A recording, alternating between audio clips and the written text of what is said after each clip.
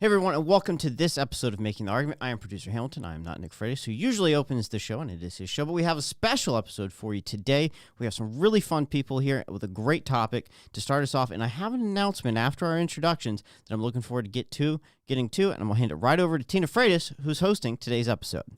All right, so you guys are stuck with me today because Nick is traveling. And today, I thought it might be fun to talk a little bit about the rise of female supremacy. And it all kind of came to a head for me when I saw some interesting products at the Build-A-Bear factory highlighting women's history and all these little funny clothes for girls, highlighting girl bossery and all these wonderful things women can do and all of this. And it gave me the thought that, feminism is dead.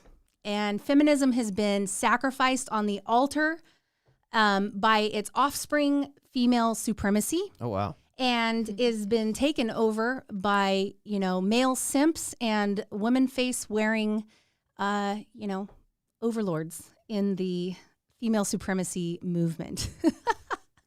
So we're going to discuss that, and we're going to talk about whether or not we think that women have really bought into this weird transmogrification of feminism, its departure from what it was originally meant to be, and kind of ask the questions whether or not we think that most women are going this route and what's the backlash going to be, and whether or not there is an answer to this that will be a lot healthier for women and better for their families.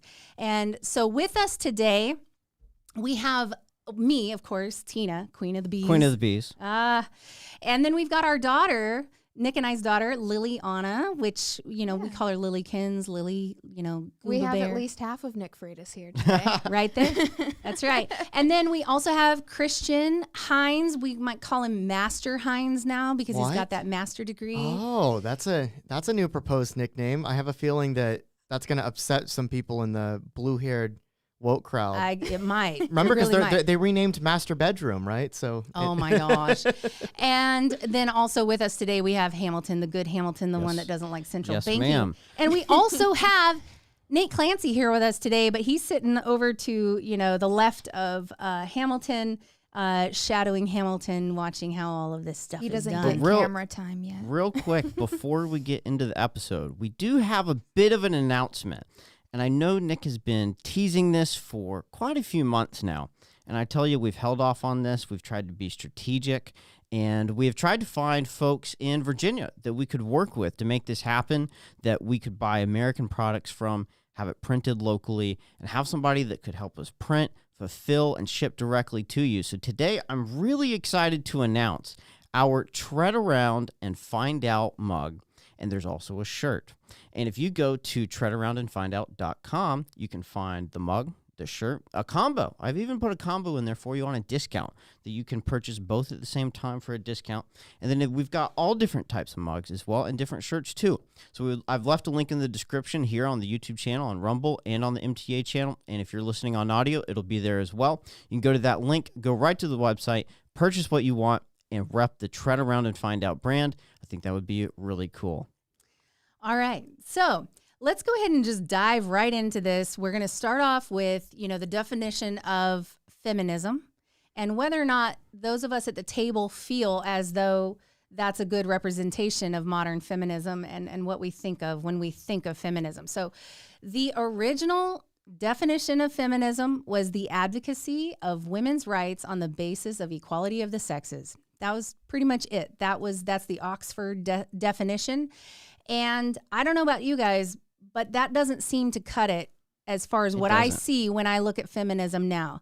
Even when I was a kid, feminism had departed from that. It's been many, many, many, many decades since it was equality of the sexes. In fact, I would argue today that we all have a different image in our mind when we think of feminism. So I'm going to just sort of start with Christian and say, Christian, what do you think of, what image pops in your head when you think of a feminist? Blue-haired woke idiot. All right. Listen, don't hit too hard on the blue hair. I had blue hair, okay? Oh, It yeah, can that's sometimes true. just be a fun color. It's true. Every time Lily dyes her hair, people are like, "Is she actually a liberal?" I know. Everyone Nick thought was- I went off the deep end when I dyed my hair. I'm like, guys, I swear. Nick told me a story once. It might have been actually like shortly after we were recording a podcast. This was, I don't know, like 6 months ago or something like that. And he was like, because we were talking about wokeism, maybe it was a particular episode about that. And he was like, yeah, Lily has gotten to a point where she doesn't really want to like dye her hair that much anymore because it's people associate it with a particular political ideology. I think what happened was is that there was a clip by Brett Cooper, of all people, that played it, where she was reading off a comment from somebody, I think on like Instagram or something. And this person said, it's gotten to the point where as soon as I see somebody with multicolored, hair, I immediately think that they have a mental illness or something's gone wrong with them. All that hair dye. I know, and it's so sad for people that actually love to go with these fun, bright colors. Like my best friend Susie always has a fun color, and people probably just assume she's a liberal, but she's not. Although there is power in that, I will say. That's true. It is nice to go undercover. It's a nice disguise. Everyone's just like, So Lily, I mean, you didn't go to public school but 1 year, or actually it was 2 years, and that was enough. and that was enough. But you know what a feminist is, and so, but what is it that pops in your head when you think of a modern day feminist? Honestly, just annoying. I mean, I've heard a lot of people who are feminists talk, and this is just speaking on the ones that are truly hardcore feminist. Of course, there are people who just kind of like, they don't really understand politics. They don't really understand. They like the sound of feminism, so they just say they're feminists. I'm not talking about them. I'm talking about the people who are super hardcore, just in your face about it. It's just, they get to talking and it's just so annoying because I feel like they're not giving me any facts or anything solid. They're just throwing out insults and all this. It's just super annoying. Well, and then they have the same tropes that they always have, like the wage gap and income gap, Yeah, all which this is stuff, garbage. which has been debunked many times. It was debunked like 2 decades ago, and they're still saying it. So Hamilton, how about you? Well, I've had the opportunity to be around of a lot of political events over the last couple of years, and so my experience with self-proclaimed feminist has been interesting because they're also activists for abortion, wage gap, and everything. And I find that they also feel that they are oppressed in one way or another. And I think in today's episode, we're probably going to get to the bottom of whether or not that is true. Yeah. Well, when I think of feminist modern day, I instantly get the image of the women's march where they were all wearing these big old vaginas that they had stuffed and decorated. Who approved that? I don't know, but it was creepy. It was so creepy. But I think of that, and I think of these unhinged, mentally unstable women that want to blame men for everything, and that whine and complain for equality, and they talk about rape culture, but they don't want to take any responsibility for their own security at all. They just want everybody to walk on eggshells around them, and that's what I think of. I don't think of anybody that actually thinks for themselves.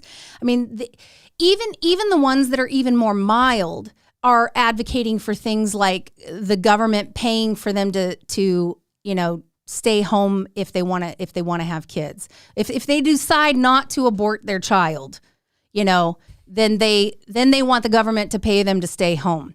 And they don't want any responsibility whatsoever for planning or any kind of security, anything like that. They don't want to have to think about, their role in relationships. They don't, everything is to serve women at this point. I think we need to make the there are the people who attend the Women's March in D.C.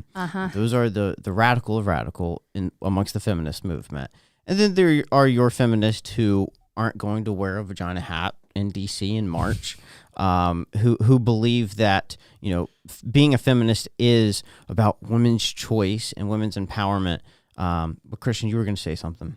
Yeah, I was just going to bring up, somebody once said, and I can't remember where the quote came from, so I'm not going to pretend that I'm genius enough to come up with it myself, but somebody once said that accountability is like kryptonite to feminists or to left-wing women in general. Like it is just, because if you think about it, and you get a lot of this on places like Twitter, sorry, X, you all know what I mean.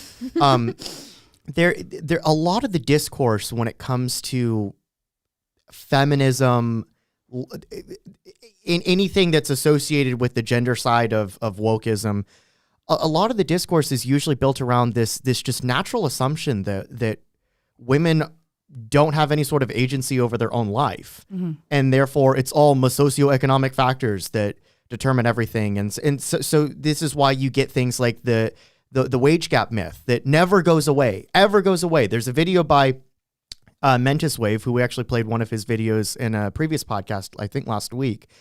He did a really good video debunking the wage gap. And basically when you control for things like career choices, right, and whether or not you choose to have kids and the flexibility involved with that, and the fact that women who want to have kids are going to go into a field that provides flexibility for you to raise the child from home, especially after you give birth to it. When you control for all these other factors, you find that there's no wage gap at all. And then when you also control for the fact that there's tons, and this gets into the point that I know you're going to want to get to in today's episode, when you also look at the fact that there's tons of government favoritism directed towards women, it's a complete myth that disappears. It goes by the wayside. But the problem is that this myth will never disappear, in large part because there is no accountability for left-wing women. I've brought up before on the podcast and gotten some flack for it that when you break people down by sex and by marital status, you have 4 quadrants. You have married and unmarried, and you have men and women.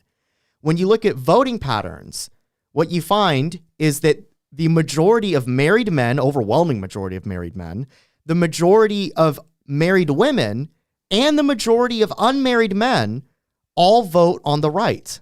They all, at least on average, hold center-right views. So then the question is, why are we not a conservative country? Why do we not have a sane society that we're living in? Why are we living in clown world? We're living in clown world because that 4th quadrant, the Lily's over here. No, I'm just kidding.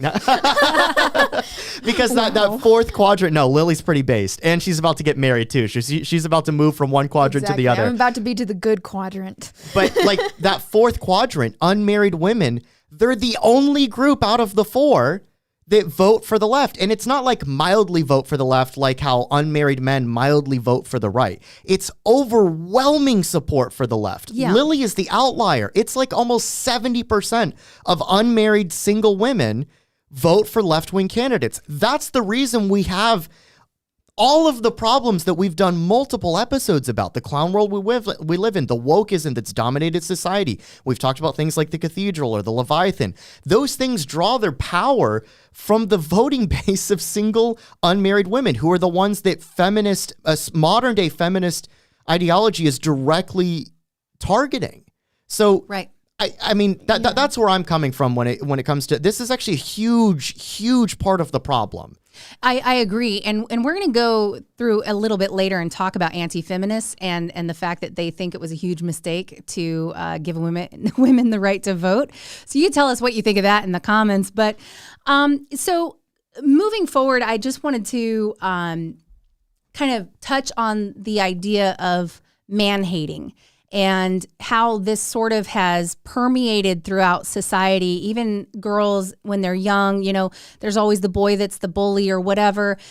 Even in school, things are more geared toward girls. Boys are treated like they're defective girls in school. All of the teaching methods and things like that are really geared toward girls. And so it's no surprise that when you look at higher education, women are outnumbering men now in higher ed, going into get college degrees. And as we kind of look at that, it's interesting because I wouldn't necessarily say it's only leftist women that are engaging in man-hating. I can't tell you how many times I've been in conversations with more conservative Christian women even, who will sit there and talk about their husband or their partner and just kind of run them through the mud and talk about, basically what a knuckle dragger her husband is. Oh yeah, like I would hear all the time. If anyone knows anything about the cosmetology realm, like just gossip, all that stuff is just rampant through it. And oh yeah, and I can't tell you how many wives will just be bashing their husbands, or even not even wives, like just somebody bashing their boyfriend or fiance. And I'm sitting there and I'm like, I have nothing bad to tell you about my significant other or fiance. And you can just tell how unhealthy that is, to be talking to a complete stranger. And well, it's almost become like this pastime among women to sit in their little, gossip circle and discuss all of the the downsides of men. Like, let's discuss every flaw men have and just go through it. And, men. It's just men, Boys will be boys. It's that GSR stuff that Tina, you missed the episode when we did the coming right-wing backlash reaction from What If Alt His, but I sent that video around to Nick and you before we actually did the episode. That's why we did it. And Nick told me that you watched it, and I never had it. Unfortunately, you were out, I think, getting milk that day, so you weren't on the show. But I never had a chance to get your feedback from it. But what you just brought up is one of the things that pops up in that video, which is Rudyard in that video talks about the three strategies that is pushed in woke culture, particularly the feminine side of woke culture, which is gossiping, shaming, and rallying. And that's a replacement for like physical aggression. Right. So like when men have a disagreement, there's either violence or the threat of violence. There's always like the threat of violence with men. And then we can point to that and identify flaws with it, obviously, right? Mm-hmm. But when women obtain a significant amount of control over, let's say, the HR department, right, or other elements of society, they don't resort to violence, right? Instead, they resort to gossiping, shaming, and rallying. And the interesting difference is that when two men have a disagreement and then they get into a fight, especially if they're like younger men, like let's say they're in high school or college or something like that, even if you lose that fight, in some ways there's still an ability for you to like retain your honor as a man because you stood up and you fought. Oh, and half the time the men walk away and go have a beer together. Mm-hmm. Oh yeah, it's like they've gained respect for each other at that point. But if women, and I've seen this firsthand through my sister, who unfortunately did go to public school. Women are brutal. Oh yeah, and they hold grudges for life. Ever. When women have a disagreement, there's no ability for you to retain your honor because you gossip and you shame and you publicly rally against your opponent and you destroy their social standing, and there is no recourse at that point. Right. There's always a recourse for a man because it worst case scenario, you take it out to the parking lot, right? Yeah. But for women, it's character assassination. It's character assassination. And how do you recover from that? Right. Lily, I'm wondering if you see any difference in your age group, having, just gone through high school, classes and everything of that nature. Do you feel like younger women have that same gripe against men or man-hating that, women my age or older might have? So that's actually an interesting question. But as soon as you asked me that, I thought of an answer. I feel like it depends. My biggest experience with that would be within theater and cosmetology, which is well-known realms very of left-wing. Heavy left-wing, yes. And so I would say, yes, I feel like it is prevalent with younger women. However, I feel like I see it more in older women. Really? Yes. Yeah. Just personally, I feel like I've seen it more in older women, although I do definitely see it with younger women around my age and stuff like that. In my experience, do you I ran think that older. could be an indication of something, that maybe the tides are turning? Maybe people are realizing they've been sold this bill of goods and they're not liking it and they're going another way?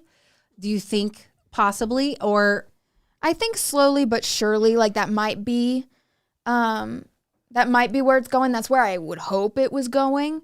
Unfortunately, I do believe that maybe most of the argument that is making younger women change their mind is transgenderism. Really? Is because if they admit that, all men are bad and whatever, well then they're counting the women who have like become men, or like, and vice versa. And so it draws more of a line between men and women. And I feel like they don't want to do that as much. Even within feminism, you have a split coming. You've got women that are TERFs and a TERF would be somebody that's a radical feminist, but that is trans exclusionary. And so they don't believe that men can chop off their penis and, invert it and get a fake, what do they call it? Yeah. So they don't believe that makes you a woman. And there's a lot of us, like I wouldn't consider myself a feminist, but I definitely feel that if you're just going to put on a woman costume, like you're going to wear woman face and then tell me you know what it is to be a woman. Yeah. Well, and that's just biology. That's not even about feminism or not. That's just reality. And you have no basis in reality to know whether or not you feel like a woman or not. You may feel like wearing something pretty and painting your fingernails and getting some breast implants. That's fine. You may feel like that. But that is not what it is to be a woman, and to boil us down to nothing more than a costume is an insult. And so a lot of feminists have gone absolutely not. So you've got what's her name that wrote Harry Potter? What is J.K. Rowling. J.K. Rowling, who, she's been skewered because the woke have completely taken over feminism. So this split of TERFs is actually a very small segment. For anybody who doesn't know, what does TERF stand for? Trans exclusionary radical feminist. Okay. So that's why I'm not a TERF, is because I'm not a radical feminist. I was going to say TERFs are, you know what TERFs are? TERFs are left-wing wokeists who are upset that wokeism has gone too far and is now transgressing over their sacred cows. Yeah. And this is something that all people on the left don't necessarily realize. It's a ratchet. This is also why, unfortunately, when you look at the right, we typically elevate the voices of people that are former leftists. Because as I've brought up multiple times in this podcast, the Leviathan only moves in one direction. It moves left. Yeah. It might move very, very slowly, as Curtis Yarvin brought up once, but it nonetheless will always move to the left. And so what happens over time is that people who used to be firmly identified in left-wing politics, in left-wing spheres, J.K. Rowling, for example, huge former donor to the Labour Party, massive left-wing she's a person leftist in the UK. And yet now she's associated with the far right. And the reason why is because over time, the culture has shifted so far to the left that somebody like Rowling is now considered a reactionary. Right. And you see the same thing over and over and over again. Even though she's still totally pro-abortion and all of that. Yes, so she's still a feminist. And so what you end up getting is these people who, they didn't have any problem with left-wing politics, left-wing culture, left-wing identity politics, the precursors to wokeism, or even wokeism itself, until it crossed a line that they had set for themselves. And in Rowling's case, it was the trans nonsense, right? And the second that wokeism crosses that, and it always will because it never stops. Again, like I said, it's always swimming to the left, even if it's swimming slowly. The second that it crosses that, boom, now those people are immediately put into the conservative category. This is how you get things like the co-host of Young Turks, Anna Kasparian, is on the verge of becoming red-pilled now. Because she's going through the exact same thing that Rowling went through over the last 4 or 5 years. Yeah. Yeah. Chris, real quick, what is the Leviathan? So the Leviathan is a term that I came up with to describe. Other people have used the term to describe government entities. I think it was Samuel Francis who wrote an interesting book called The Leviathan and Its Enemies, and it comes from the term Thomas Hobbes, political philosopher from several hundred years ago that was kind of writing in the same mold as John Locke. And the Leviathan is a term that I use to describe something larger than what Curtis Yarvin calls the cathedral. Yarvin, who's a famous neo-reactionary thinker, came up with this term, the cathedral, probably 15 years ago to describe the media and academia and the extreme left-wing ideological capture over those two institutions. What I call the Leviathan is kind of a larger version of that because there's more institutions than just the media and academia. Mm-hmm. For example, there's Hollywood, there's the entertainment complex, there's corporate America, there's Wall Street, there's Silicon Valley. But they kind of all work together as this big machine, and they all go one direction. Yes, this is how you get something like, how on earth does the board of directors at Disney, the faculty at Berkeley, and the editorial staff at the New York Times, and, every single Silicon Valley, mega investor, VC, venture capitalist, how do every single one of those people or institutions all happen to agree and push the same exact thing. So when I say Leviathan, I mean the cathedral plus, right? It's everything larger than that. Well, I would say that I think a lot of this man-hating female supremacy stuff is largely responsible for the trans movement because it mostly goes male to female. And they're, men that basically want to be women because I think we've glorified the pressure women. on men has become overwhelming. Right. And there's so much man-hating. I mean, especially if you've grown up, especially if it's a man who's grown up with like parents that push that and everything, because you're going to end up with a weak man who is more susceptible to that. He's not going to be able to handle the pressure that he's being put under. And so what's the best form of escape? Oh, yeah. Let me get out of this bad label. And so it's this idea that everything in society is telling young men and boys that being a young man and a boy is bad. And that's not something you should want to be. And I kind of feel like all of this man-hating and this female supremacy stuff makes me kind of wonder if really what's going on is that they have not experienced the joy of just having really high-quality meat. Mommy! I'm talking about Good Ranchers. I'm talking about Good Ranchers. Oh, yeah. There you go. Nick, match that segue, okay? Hey, Hamilton, would you mind mansplaining this for us? Wow, after that segue, I'm not sure if I can do this justice. But anyway, we are really proud to have Good Ranchers as our title sponsor here on Making the Argument. If you haven't tried Good Ranchers yet, we have all tried it at this table. It is excellent. The chicken, the steak, the seafood, we love it. I've told my friends about it. I've told my friends' parents about it, everybody.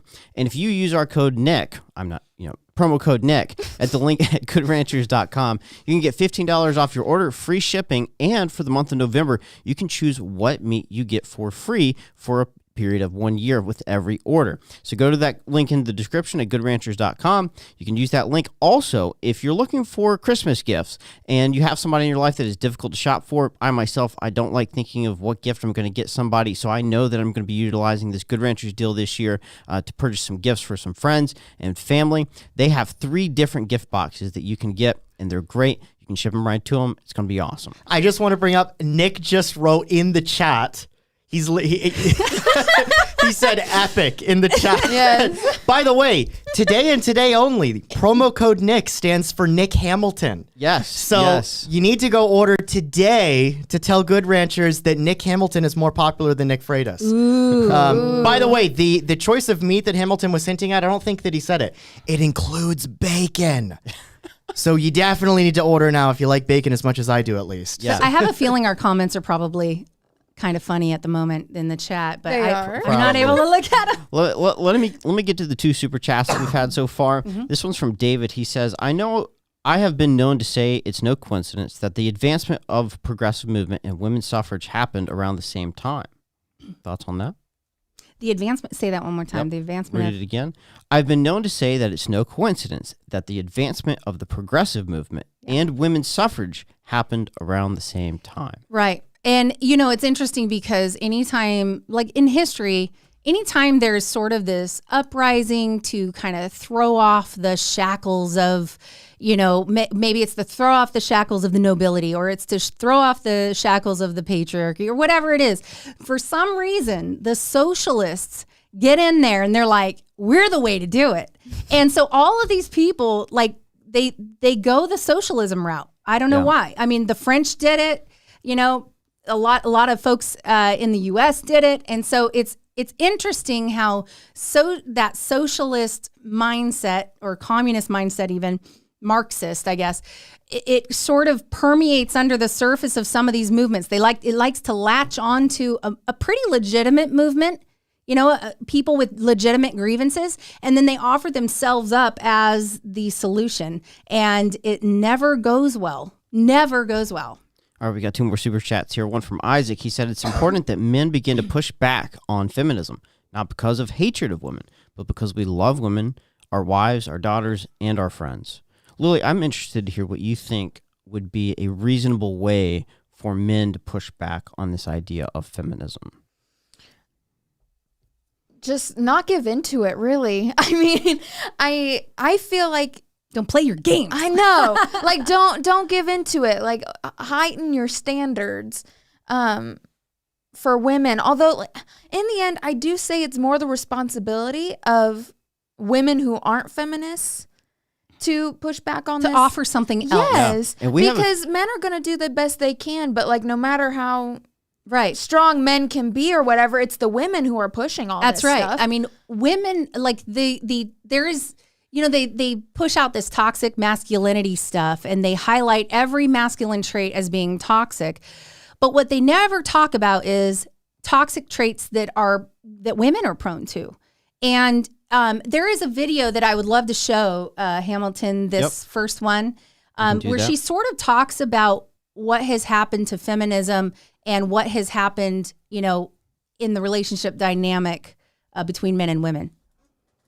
Let me say one thing right off the bat. I don't necessarily like adding the prefix toxic to an idea as broad as masculinity or femininity. But for far too long, our culture has been echoing with the chants of patriarchy and toxic masculinity. And if I were to play the same exact game, I think there's more behavior in modern society that can definitely be regarded as toxic femininity. While ideologies like feminism have been fixated on tearing men down, they've created a new class of women with behaviors just as toxic as the ones that they're so hell-bent on eradicating. It's a fun fact. The term toxic masculinity was created in the 80s by a psychology professor named Shepard Bliss. He created a men's movement called the mythopoetic men's movement, where he conducted workshops, retreats, therapy, etc. for men to counteract societal pressures and indoctrinated beliefs men had. His ultimate goal was to create better, healthier men. However, feminists took the phrase and then began attributing actual masculine traits such as dominance, stoicism, masculinity, and competitiveness as toxic masculinity. So now the term is at an all-time high. Here's the deal. Despite the strides that feminism has claimed to have made in the female empowerment movement, there's still a halo effect that surrounds women as being innocent, oppressed, or victimized, a lot of which have stemmed from feminism itself. A lot of the behaviors we call toxic femininity are the result of women leveraging this societal image to their advantage. Feminism promised women equal rights, but left them halfway without giving them the responsibilities to accompany it. This created a batch of entitled women that ridicule men and their sacrifices while dismissing the massive responsibilities they shoulder.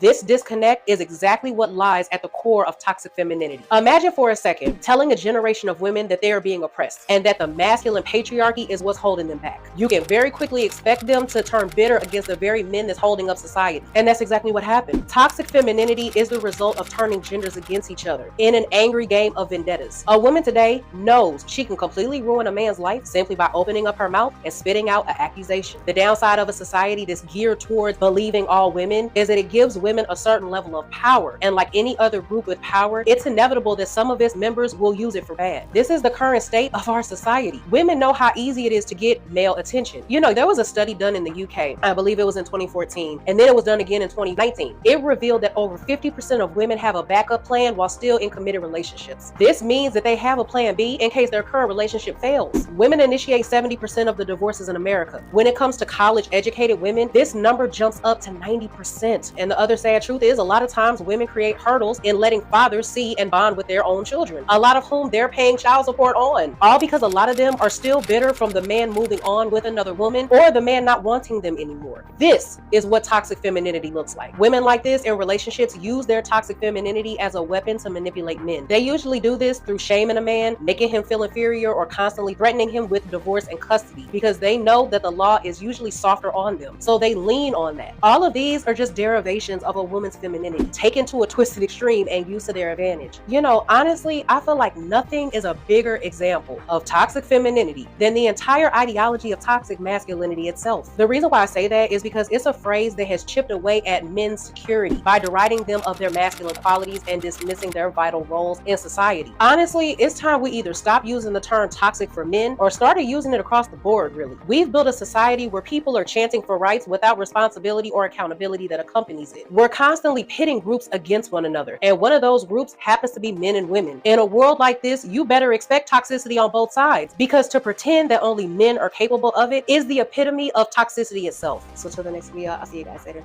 That's right. So that I just wanted to highlight that, you know, we've got a lot of new voices coming forward, you know, to offer a different way. Uh-oh.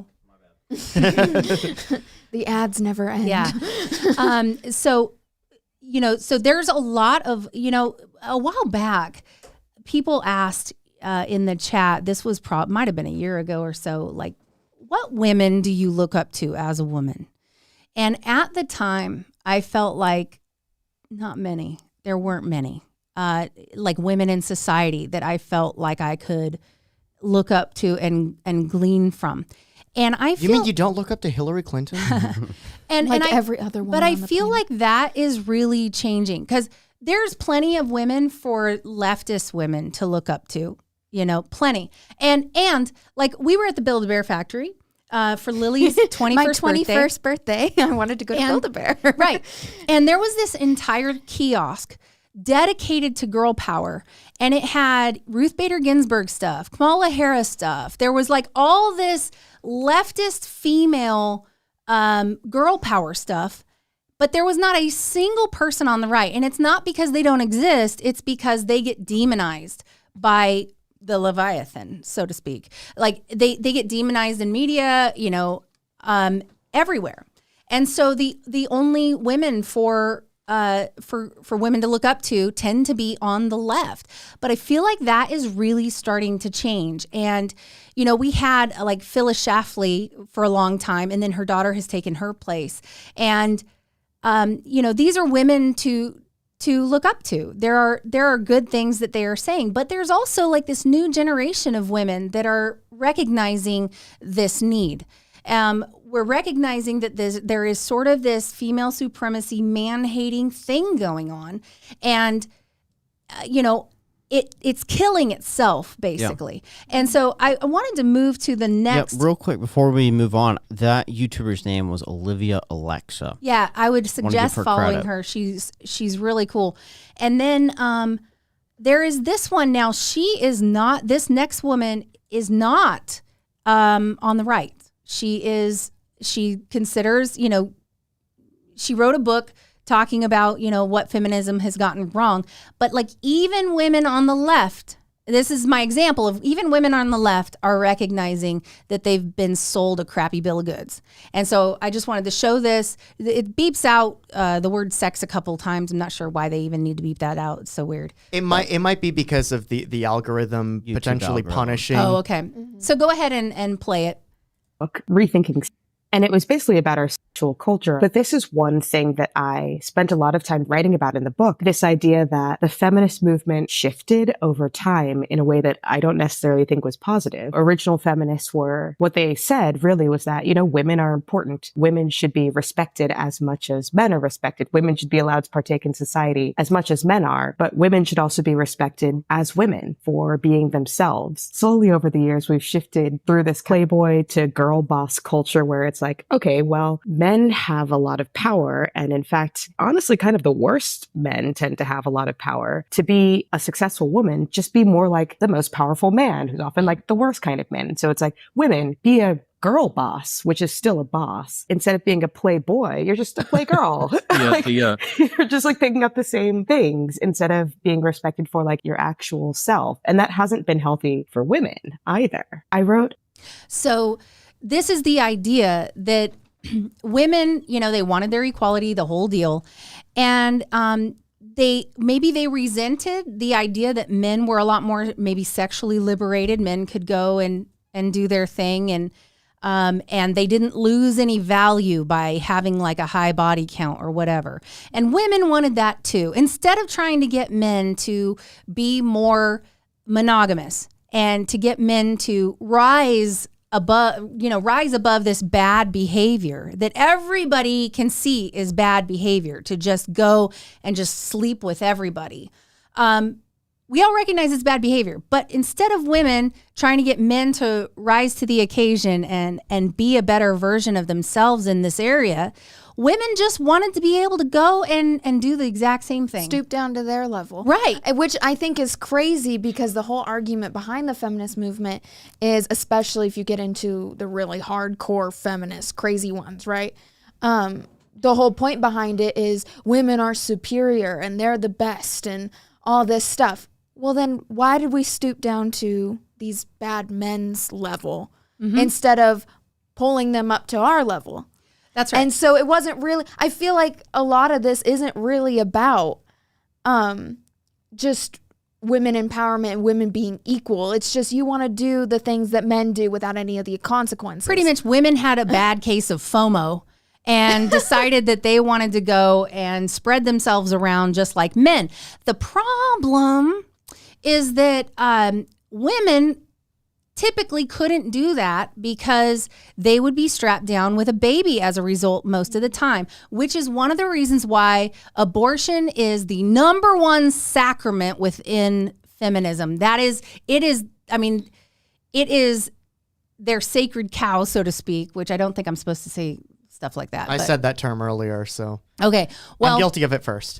Well, it's the ultimate, I feel like it's the ultimate slap in the face to men because in my opinion, which is probably a controversial opinion, I feel like as long as women are allowed to have abortions without the consent of the father, which I don't think abortion should happen regardless, but as long as women are allowed to have an abortion, kill their child without the consent of the father, men shouldn't be forced to pay child support.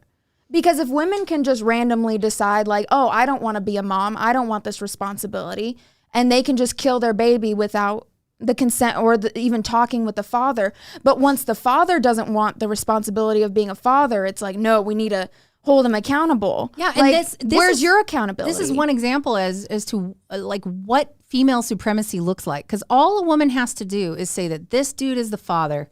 And then the court will just tell them that they've got to pay all this money. And then later on, maybe through 23andMe or Ancestry.com, they find out this kid wasn't theirs the whole freaking time. And that happens a lot more than people want to admit. And so that's why there's, which state is it that just enacted the law saying that every child who basically the father and they have to establish paternity for every child born. Was it Kentucky or? I'm not sure. I can't remember. One of the states, they passed a law. Basically, it's to protect men, basically, from being accused of paternity that they dispute. And so they check the DNA because this has kind of been a rampant problem with men being forced to care for children and send, money for kids that aren't even theirs.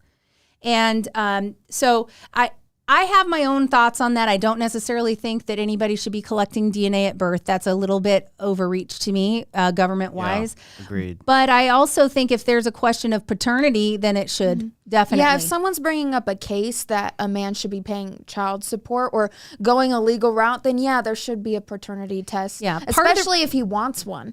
Part of the reason why the state is interested in doing this is because if they cannot establish who the father is, the state ends up being the one that has to cover everything, pretty much. So they want to know who the dad is, right? So basically, we're kind of touching on the idea that feminism, it's a bunch of this man-hating stuff. It's become like female supremacy. Oh, do you have something going on over there? Continue, but let me get to the super chat here in a second. Okay.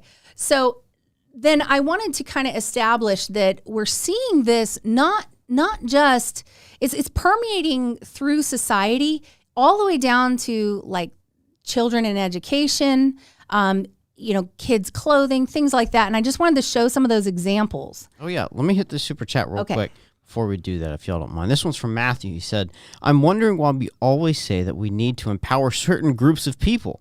Why do certain ideological groups deserve empowerment rather than empowering themselves? I agree. Because empowering an individual is not how you achieve political power. I brought this up in our episode immediately after the Hamas attacks on Israel when people were asking, how on earth could you get queers for Palestine? Don't they execute people who identify as queer in Palestine? And the answer to that is of course, yes. But at the same token, for us on the right, this sounds like an inherent contradiction, right? Queers for like trees for deforestation, right? It sounds like an inherent contradiction. And I pointed out, I had this little monologue at the very end of that episode where I read off something that I had written, I think the day before.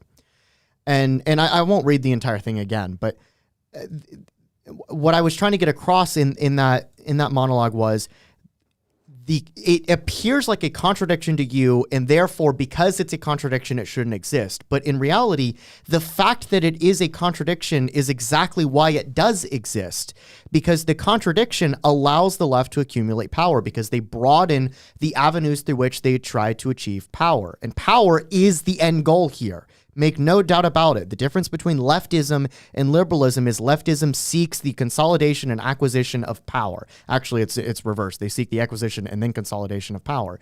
And so the reason that you get things like Queers for Palestine, the reason that you see this obsession with identity-based rather than individual-based aspirations is because individual-based aspirations is not a mechanism through which you can achieve power. Empowering you as an individual does not help me obtain political power. Empowering you as a woman, though, does help me obtain political power, because your identity and your rights as a member of a group are predicated on something more than just yourself. Whereas your own self-worth, your own identity, your own rights as an individual, well, that rests upon you. But if you derive your entire being, if you derive everything that you have, all of your successes, all of your dreams, all of your hopes, if all of those things come from something beyond just yourself, from a group, well, then somebody had to have given that to you other than just yourself. And me as the political demagogue on the left, obviously I'm not a political demagogue on the left, I'm using this as an example, but me as a political demagogue on the left, by pushing identity-based rights, especially identity-based rights towards people who traditionally would never actually have a degree of wealth or power or status in society, either through the inherent actions and decisions of that individual or through no fault of their own. Either way, though, for people who, again, under a normal, sane, functioning society would not have status or wealth or power, well, now if they're given the ability to share in said status, wealth, or power in exchange for giving their political loyalty to an ideology, well, that's a trade-off that works in favor of the person who falls into that identity at the benefit of me, the political demagogue. And so this is how you get this, like I've said before, I've quoted Nick Land on this so many times now, it's become just a tagline for me.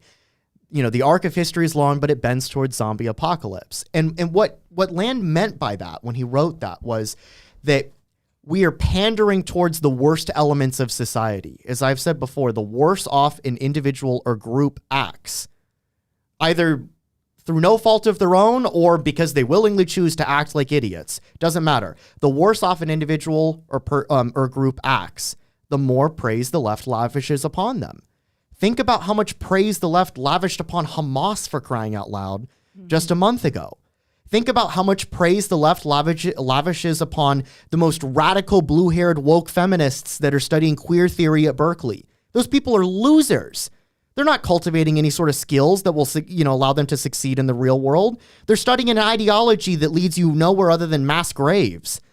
And yet the left lavishes praise upon them. The left does not lavish praise upon a mother who raises a new generation of people. No, in fact, who settles down and starts a family. The left doesn't lavish praise on that. The left demonizes that. Right. It's shackles and chains. I mean, that's really, after getting the vote, and after getting certain other elements of equality in society, trying to remove hurdles and things like that for women or whatever the suffragettes originally wanted. We are so far from that now, and it almost inevitably had to go this direction. And the reason I say that is because, first of all, they had to demonize the family. They had to destroy the family and make the woman more important than the family. And whatever her hopes and dreams were more important than the family. And then on top of that, you have an education system. You have everything else really, really geared toward telling women what their hopes and dreams should be. You should not want to stay home with your kids. That you're just a mom. That's saying somebody is just a mom implies that they sit on their couch, eat bonbons, and watch television while their kid runs around on the floor. And that is not what being a mother is at all. And they have taken the beauty of what it is to be a woman and what it is women are very unique. We take it for granted, right? What a woman can do with her body. Just think about a woman can create a human being inside her body. Right. And we're just discounting that. oh, that's not a big deal. Right. That's women, amazing. For the most part, unless there's something wrong, women have the ability to create legacy. And the thing is that feminism has told women that what they should aspire to is career. What they should aspire to is that 9-to-5 job. They should get out there in the workforce and be a force to be reckoned with. Basically, what they want to do is everything a man does, but not as good. And the reason I say not as good is because they want special treatment when they get into these areas. There was one video that I did not put in here, but it was a woman that was having to do hiring at a computer programming firm. And she said she really wanted to hire women, but what she realized is that the women had gotten to where they were because of these various programs set in place to get quotas of women. And she said, at the end of the day, I found that a lot of these women were lazy. A lot of these women had cheated to get where they were.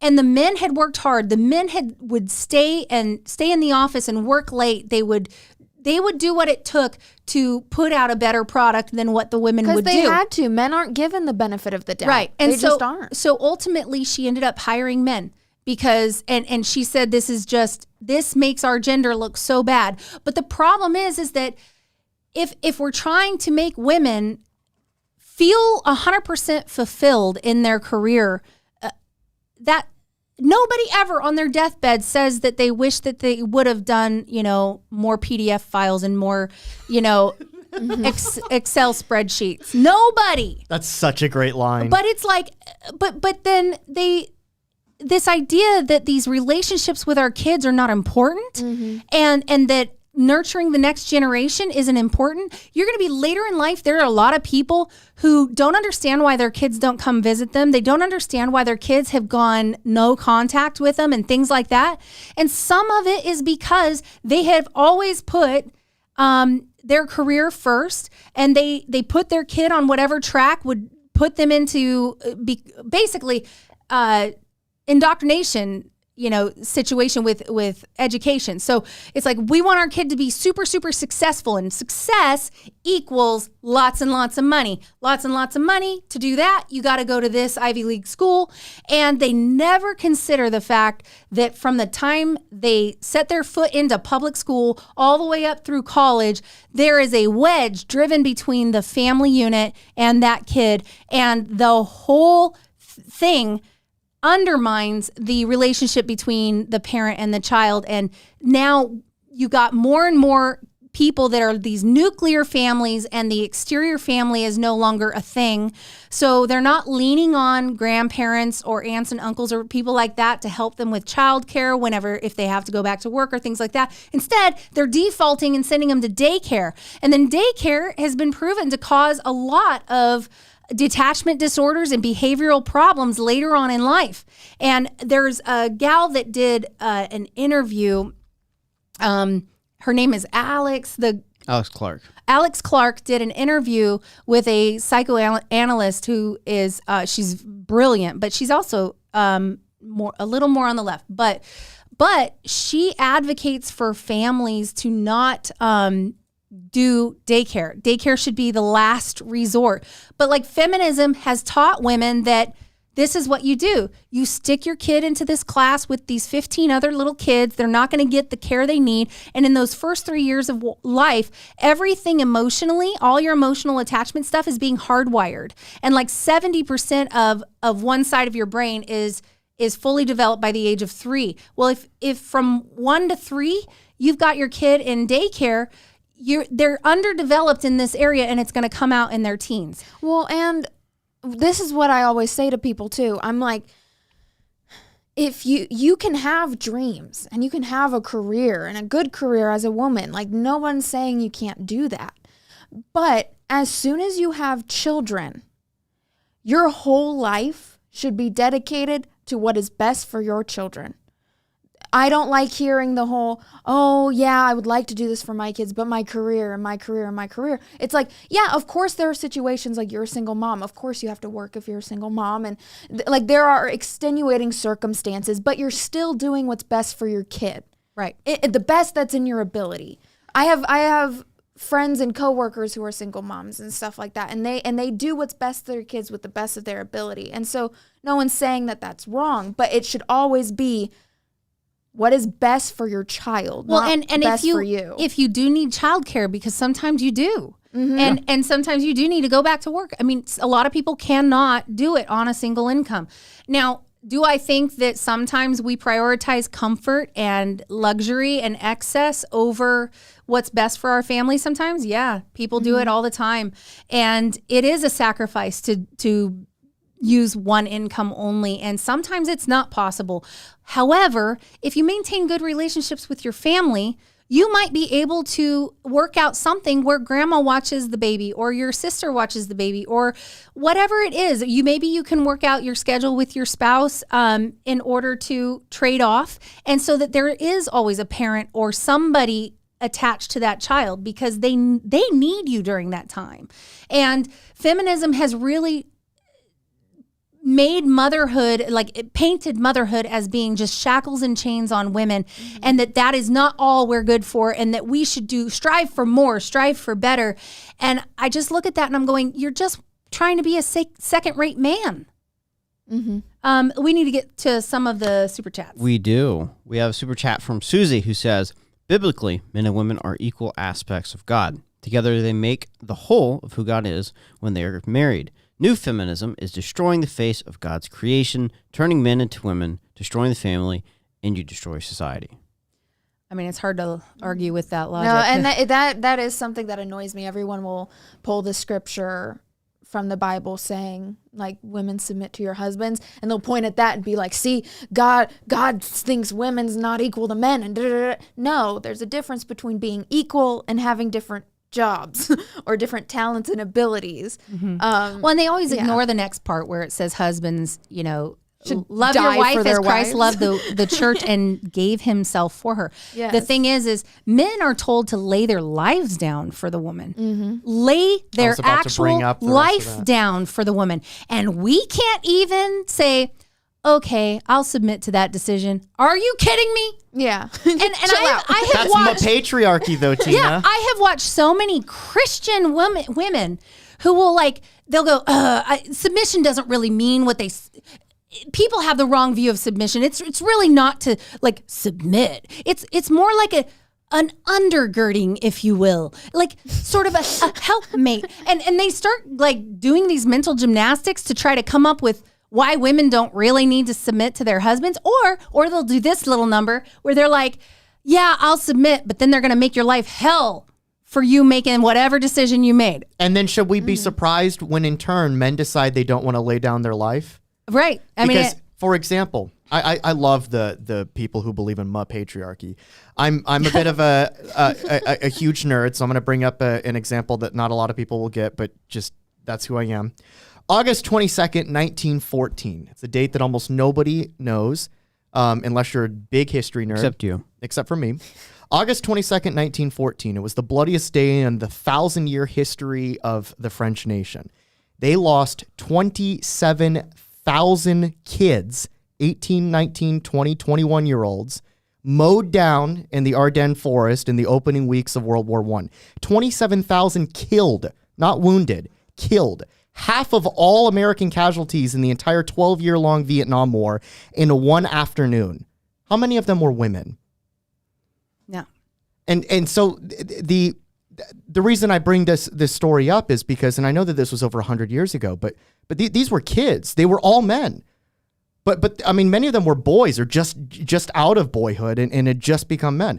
Every single 27,000 dead.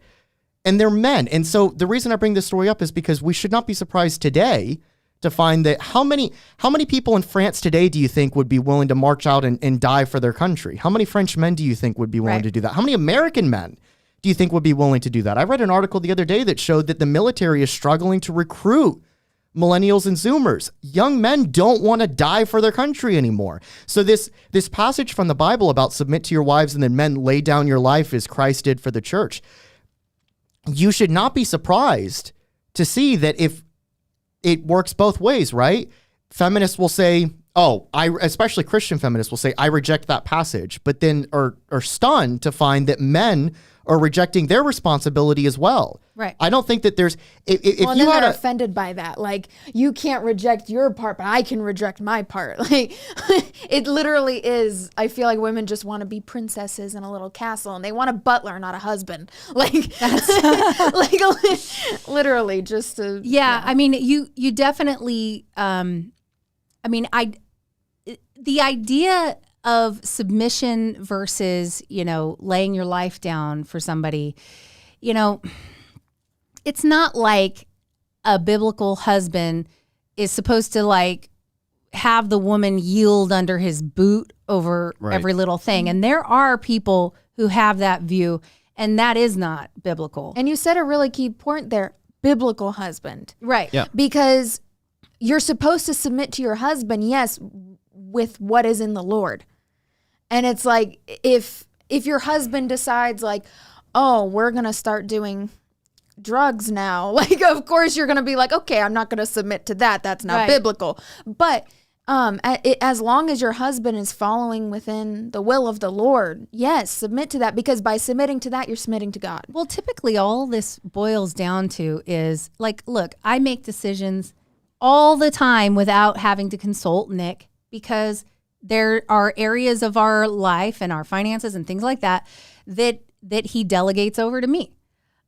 Ultimately, though, he's on the hook for decisions I make, right? He's responsible a lot of times financially for decisions I make. So I've got to make good decisions, right?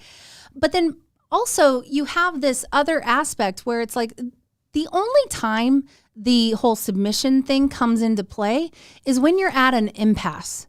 When you've discussed everything, you have two different ways that you want things to go. Like, let's say it's a big, big decision.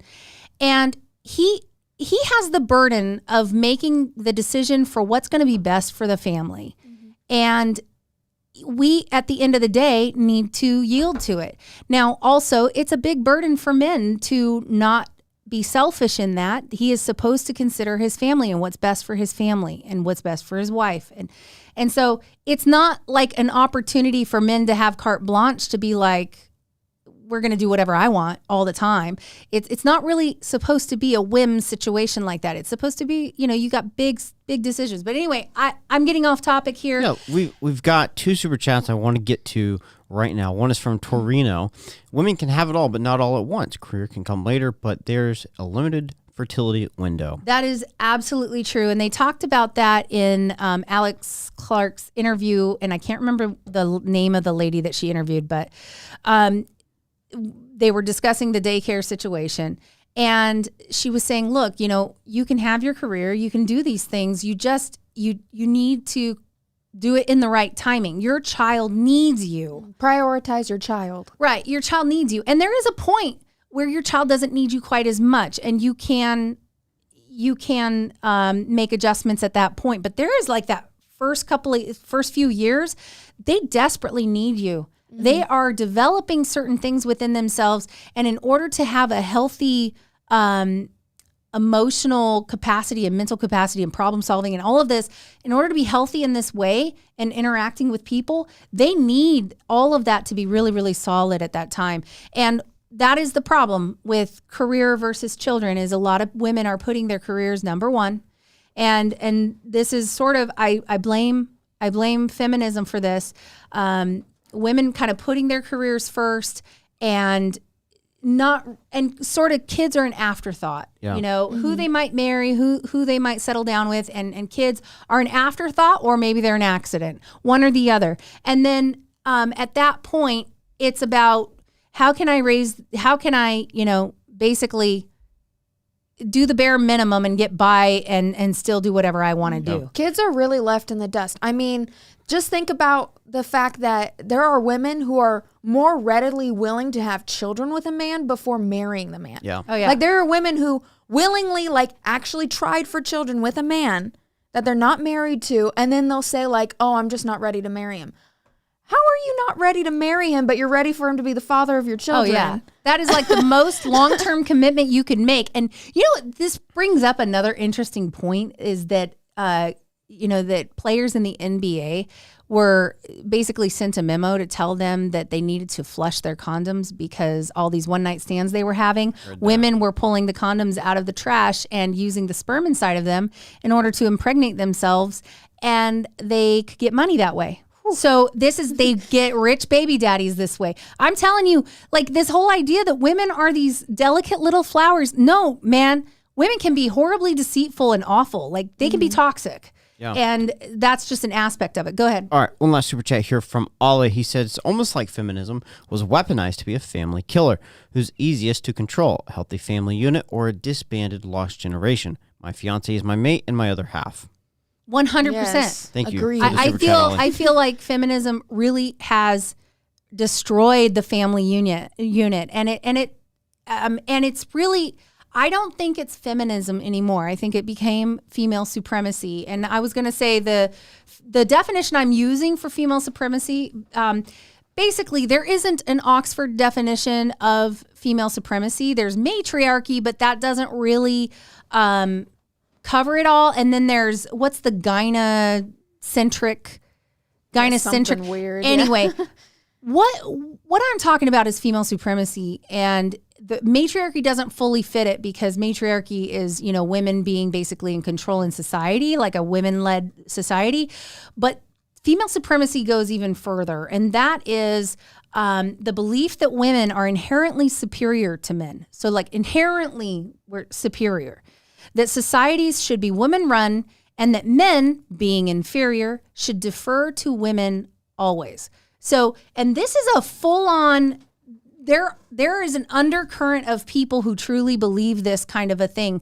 I couldn't pull up the videos that we have because they just weren't good for this kind of a setting, but they're basically like these simp training videos. So there are these videos that you're supposed to put on almost like ASMR, where you put it on at night and it's supposed to train your brain and rewire your brain out of being a toxic male and into becoming a beta simp for women to control. And it turned my stomach when I found these. And the only reason I brought them in and tried to use them, but we couldn't use them, the only reason I brought them in is because there were so many. There was a massive abundance of these, which means someone's using these things. Somebody's actually doing this. And it was all just belittling men and talking about their creepy, tiny little honestly. brains. Yeah. It was creepy. It was really creepy. And there was even one that was stating all of these fake facts about all of the biological reasons why women are superior. And I just kind of thought, ooh, wait, you mean biology has something to do with this? Really? Check your other feminists and see if they agree with you that biology matters, because, you got a whole bunch of women face wearers. Biology only exists when they want it to, mommy. And that's true. That's true. And so this whole female supremacy thing, the reason I bring it up is because that is the undercurrent that is under the surface. So a lot of this might look kind of benign, but you have this push under the surface to elevate women. And how often do you hear in our society today, she's a goddess or a queen, and she's your queen, and basically you serve her, Now there's some where it's like he's my king and I'm his queen. That's a little different. There's a lot. It matters, the intention behind things sometimes. I know, but language matters. And so when we start using language, desensitizes. Exactly. And so it's this, there is this push, and I remember seeing it during the Women's March and things like that. And when I watch speeches, I see even men will get up and be like, well, God is a woman and she's blah, blah, blah, blah, blah. And then you have people closing a prayer in Congress being like, amen, and a woman. What are you talking about? I was there when they did that. And oh my gosh, I couldn't even believe what I was hearing. It was that's was just that Congress or was that in Virginia? That was the House of Representatives in D.C. That's right. They're lucky they speak English. Could you imagine what will the feminists do in Mexico? Yeah. So to push the idea. So I do think we are in sort of a female centric society at this point where women are given a lot sort of a leg up over the men, so to speak, no pun intended. In business, in all these different areas, there's quotas they have to meet for women. And so I really do think we have entered the era of female supremacy. And there is an answer to this. There is a backlash coming, and it can go one of two ways. And so we're going to explore a couple of, do you want to go ahead and hit this? I skipped those pictures of, but we can go ahead and skip those. We can bring them up if you'd like to. It's okay. I was just going to show, I think everybody knows, like you could go to Target, which I don't even shop there anymore, but you can go to all these different places and see like Children's Place and stuff like that. And it's all about girl boss squad, sorry, daddy, you have two bosses now. All of this kind of tons of girl boss stuff. Like it's all girls rule the world, girls save the world. I'm a girl. What's your superpower? I can slay my own dragons. That one's actually kind of funny. Empowered women empower women. And so it's all this pumpkin spice and reproductive rights. Oh my gosh. Yeah. That's probably the most in your face one. Yeah. And then the patriarchy isn't going to smash itself.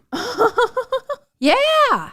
And these are kids' clothes. These are for toddlers. Like we are grooming. Can these kids even say patriarchy? I don't know. But these kids are basically being groomed up into this ideology, and it has really reaped some terrible things on the family and on the mindsets of women, on men, and the way we see each other in relationship. And I'm just saying, we as women, I am obviously not a feminist, okay? I would. Are you sure? I would say I'm probably an anti-feminist. But the thing is that I feel like we're spoiling something that is meant to be beautiful. The relationship between women and men is supposed to come together so beautifully where, your weaknesses and his strengths and his weaknesses and your strengths come together to make this beautiful, complete thing, which produces then offspring, and in a loving environment will cause them to become your legacy, and you'll be able to have, basically your line go down, and it's like this is no longer important. It's all about you. It's me. It's my career, my money now. I'm, got to get this status, get the money, get the, have the nails, get the nice bag, have the nice shoes, drive the nice car, have the big house. And it's all about that material things. And it's just this horrible, horrible self-worship. And we have seen it permeate through society. It has hit, you even look at the childhood obesity numbers and how they skyrocketed when women started going into the workforce in high numbers. And it's not that I'm blaming women for childhood obesity, okay? It's not like, oh, get back in the kitchen, you need to cook your kids some food. No, but I am not going to hide from the fact that this did make an impact. There are people. The numbers don't lie. Yeah. Yeah. Statistically, nobody being home to give the kids nourishment has meant fast food and shortcuts and things like that. And these kids are sedentary. They're not playing outside like they used to. And you've got, they're just getting carted from like function to function, and they're eating on the way fast food or whatever. And childhood obesity has never been higher. And that wasn't the case when someone was home making meals. Well, and and so knew this- how to cook. No one knows how to cook anymore. That's true. And I feel like some of the issue now too is because it became cute for girls not to know how to cook. And it like became a thing where girls wanted the guy to cook, or like it was super attractive that the guy. Now I'm not saying men shouldn't cook, and it is attractive when a man can cook. But it has become almost cute that it's like, oh, I'm a bad cook. Like you see it a lot on TV and stuff now too. Right, And, right. Yeah, And no one knows how anymore. So my argument would be that children benefit from the nurturing only a mother can give. And it's a detriment to kids not to have that. And it's not better. And it's a sad truth. And a lot of women feel this guilt that they can't do that. And then they have to shut down that guilt, that and guilt is like a pain receptor. You know what? Pain receptors are actually a good thing, because what they do is they send a signal that whatever you're doing is hurting you. Pain is a good thing. If you can't feel pain, that's bad. You'll end up hurting yourself and not realizing you hurt yourself. I mean, pain is a messenger. Well, so is guilt. Guilt can be a messenger. If you're feeling guilty for how little you're spending with your kids, that's an indication that maybe you need to make some adjustments and make some sacrifices to spend more time with your kids. Now, obviously, guilt comes and goes in many, many forms. And I'm not saying that every single one is something that, but definitely use it as an opportunity to examine, And so, okay, let's go ahead and continuing on the feminism track and what it has become. Let's go ahead. Whoops. One second. We've got a little bit of a... Okay, and so this is just kind of highlighting where, women are starting to wake up to this. You'll just see.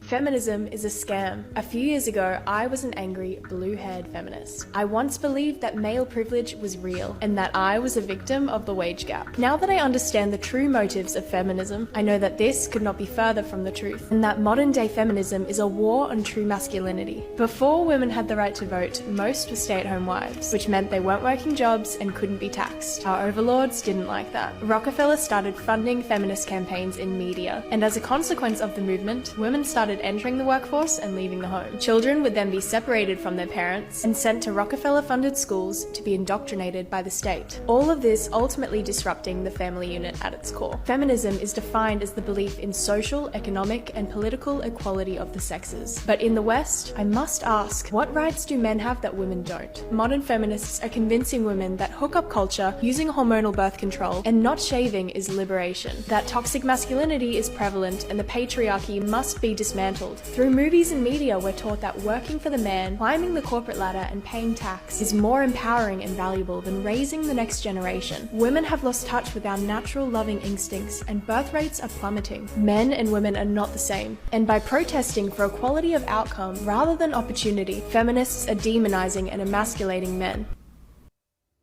All right. So what do you guys think? Does she have a pretty good... She said a few things that are pretty controversial. You know? Yeah. Bringing up the Rockefellers. That was... Oh, yeah. That was controversial. I mean, but if you actually go... this was like over 100 years ago, right? But like the Rockefeller family was obviously... We think of John D. Rockefeller, the original oil magnate, but obviously he had family, right? He had multiple kids. And many of which went into politics, right? And joined both parties, by the way. Like Nelson Rockefeller was a Republican from New York that became vice president. Jay Rockefeller became a Democrat senator from West Virginia, I believe.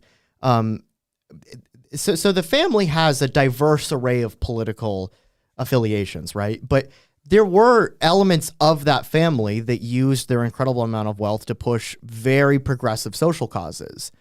And it's similar to how you see today, 100 years later, very wealthy people like Bill Gates, for example, or Zuckerberg, or George Soros, for that example, that use their extravagant wealth to also push for left-wing social causes. So this isn't really anything new. Mm-hmm. Like a lot of the problems that you see in terms of very left-wing people who are also very wealthy using their money in order to push a particular political ideology through as many mechanisms that they can, that's been with us for quite a while, actually. Well, do you think she comes off a little bit like a conspiracy theorist in that? The music helps. It's very easy for you to go down a rabbit hole and become a conspiracy theorist on that. And then you get into all sorts of other things. I mean, if you really go off the rails, you can start becoming like an anti-Semite about it. But if you take that aside, though, for a second and ignore that aspect of it and then think about everything else that she said, because this was actually for the audio listeners, this was actually a reaction video. This was somebody else that was reacting to, I think it was a TikTok. Yeah, and I couldn't find the original TikTok, which is why we didn't play the entire reaction. Right. But when you think about the other points that are brought up there is absolutely some truth to it. And I was trying to hint at this when I was talking about earlier how the worse off a group or individual acts, the more praise the left lavishes upon them. And if you want proof of that, just look at literal Hamas supporters and how they're being cheered right now by the left within academia. You have like college professors and students and universities that are going out there cheering Intifada, right? You know, rooting for mass murderers, like literally rooting for them. And so, again, the worse off a person is, the more praise the left lavishes upon them. And the reason for this is quite simple, because people who act terrible in society, that are either losers or lunatics, typically don't acquire political power and status in a functioning society, right? We have a we prioritize, especially as Americans, meritocracy. The best ideas rise to the top. The best inventions rise to the top. The greatest entrepreneurs should be able to succeed. We praise success, at least historically, we used to praise success, right? We didn't envy somebody that became wealthy for providing a good or service that people willingly wanted. We rewarded them with our money in exchange for their invention. And we praise them for doing that. Yeah. We used to hold up people that built success. We prioritized meritocracy. And that's not at all the type of society that we now live in. We live increasingly in a kakistocracy, a rule by the most corrupt, most inept people in society. And part of the reason that we're moving in this direction is because there's this will to power on the left. And they realize there's a mass of people out there that aren't successful, that aren't, wealthy, that don't have power and status. And a lot of those people don't have those things because of the luck of the draw. But it's also true that a lot of those people don't have things because they chose not to have those things. They either fell down the rabbit hole of destroying themselves with things like drug addiction, right? Or alcoholism or any other problems, or they have like a mental illness, or which is epidemic at the moment. And this is also why you see people encouraging mental illness. That's right. That's true. That's true. But like you watch we have more mental illness than ever before. And it's not because they've figured out how to diagnose it. Give me a break. Society, I mean, the number of people that used to be deemed as mentally ill has skyrocketed. And we have to have some introspection and look at what have we done? What have we pushed as a society? And what have we told people to do, which has caused some kind of a disconnect? What has broken this down? And I would argue it's the breakdown of the family. And the breakdown of the family really, really is a result of this kind of radical feminism stuff. I blame feminism for a lot of this, and the devaluing of human life, and that we can just abort it. It's this idea that women can just go thank you next and just have do whatever they want, kill their child. I mean, think about how it sears your conscience to be able to kill your own baby and feel fine about it. And this is and we think you can do that and then have kids later on when you're ready, and it didn't leave some kind of an imprint on how unimportant your kids are? This is the thing. If people need to hide the truth about reactions and potential consequences to things like abortion or birth control or whatever, then you should probably really look into whether or not these things are really okay. Because there's no way, there is nothing, no matter how good it is, right, that is 100% without risk. Right? No surgery, no drug, no medication, nothing. And so this whole idea that abortion just has no adverse side effects or consequences is ridiculous. Right.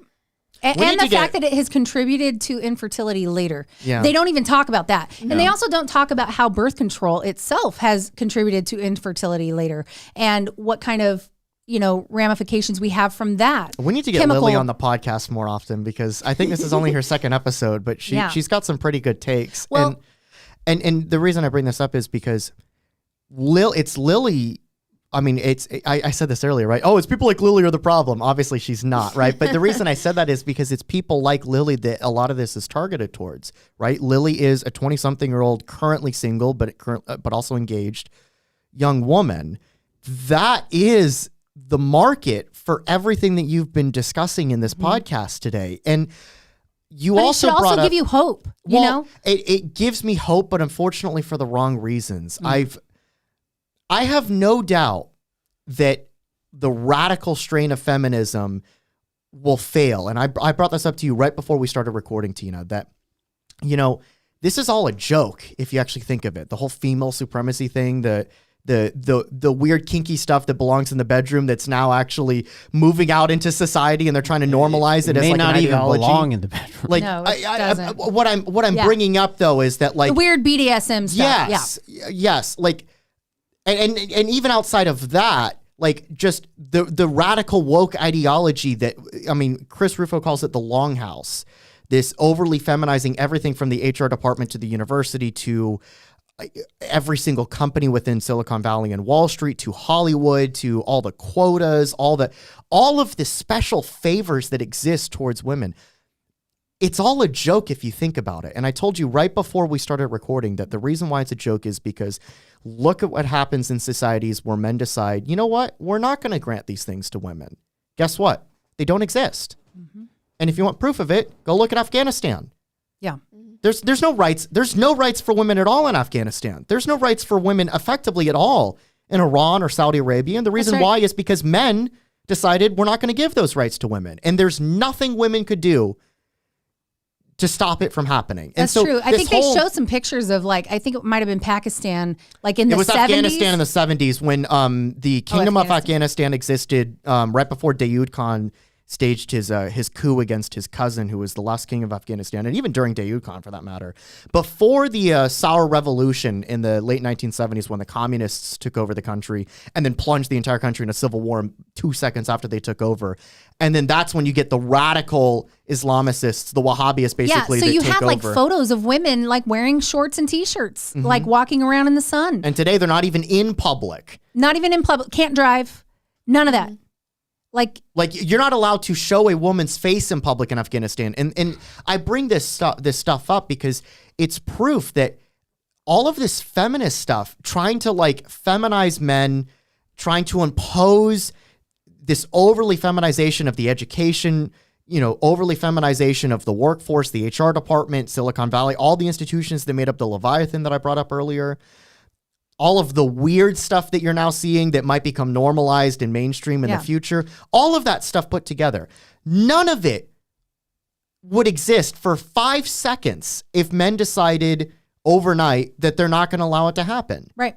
And you look at societies where men have decided we're not going to grant women any rights, and guess what? They don't have them. And that right there is proof of the fact that physically there is just such a huge disconnect between men and women in terms of physical capability that everything that women have, from first wave feminism all the way to the modern woke incarnation of it, all of it rests upon men deciding to allow it to happen. So then you have to ask yourself, what happens when men decide we're not going to allow it to happen? And that's where you get to the backlash. This is why I said I have, and I'll end with this. This is why I said I have no doubt that one day wokeism, especially the feminist strain of wokeism, will be defeated.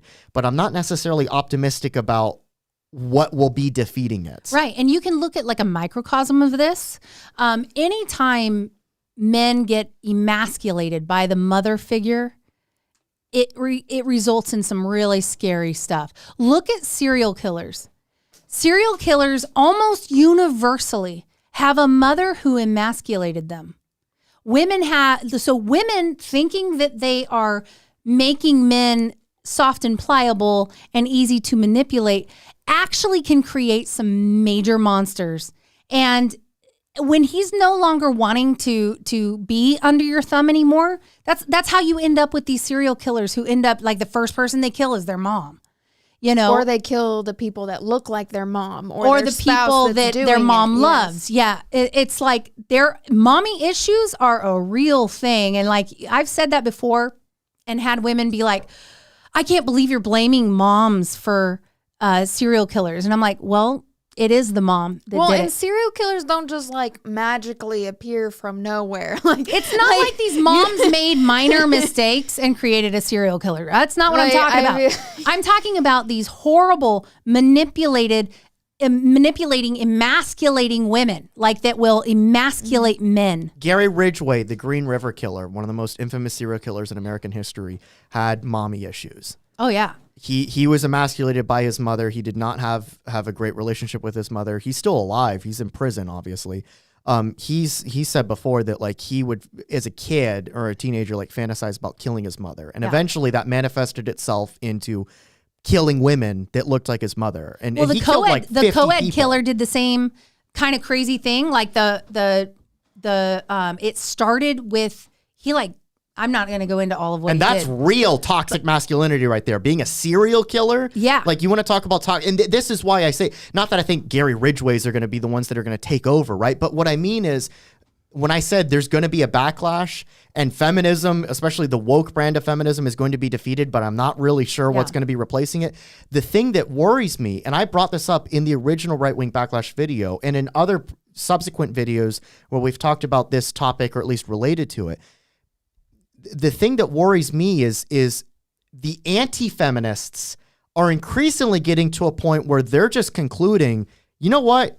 We made a mistake starting with Susan B. Anthony. We did not make a mistake starting with the blue-haired woke barista studying queer theory. And there is that push. And so before we go into that, because that is actually the next place we're going, Isaac Gorski says, people who say she's just a mom deserve to be treated with absolute disdain. They just insulted your mom. I mean, I agree with that. Oh, yeah. But honestly, women say it. Women say it all the time. They do. Well, and not only that, it's like you say it's just a mom. Being a mom's not that difficult.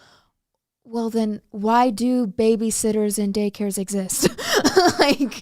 Clearly there's some work to be done with that. If there's whole industries built up on helping mothers raise their children or just like assisting with that. Yeah. Well, there is sort of this superiority complex where it's like, I did it all.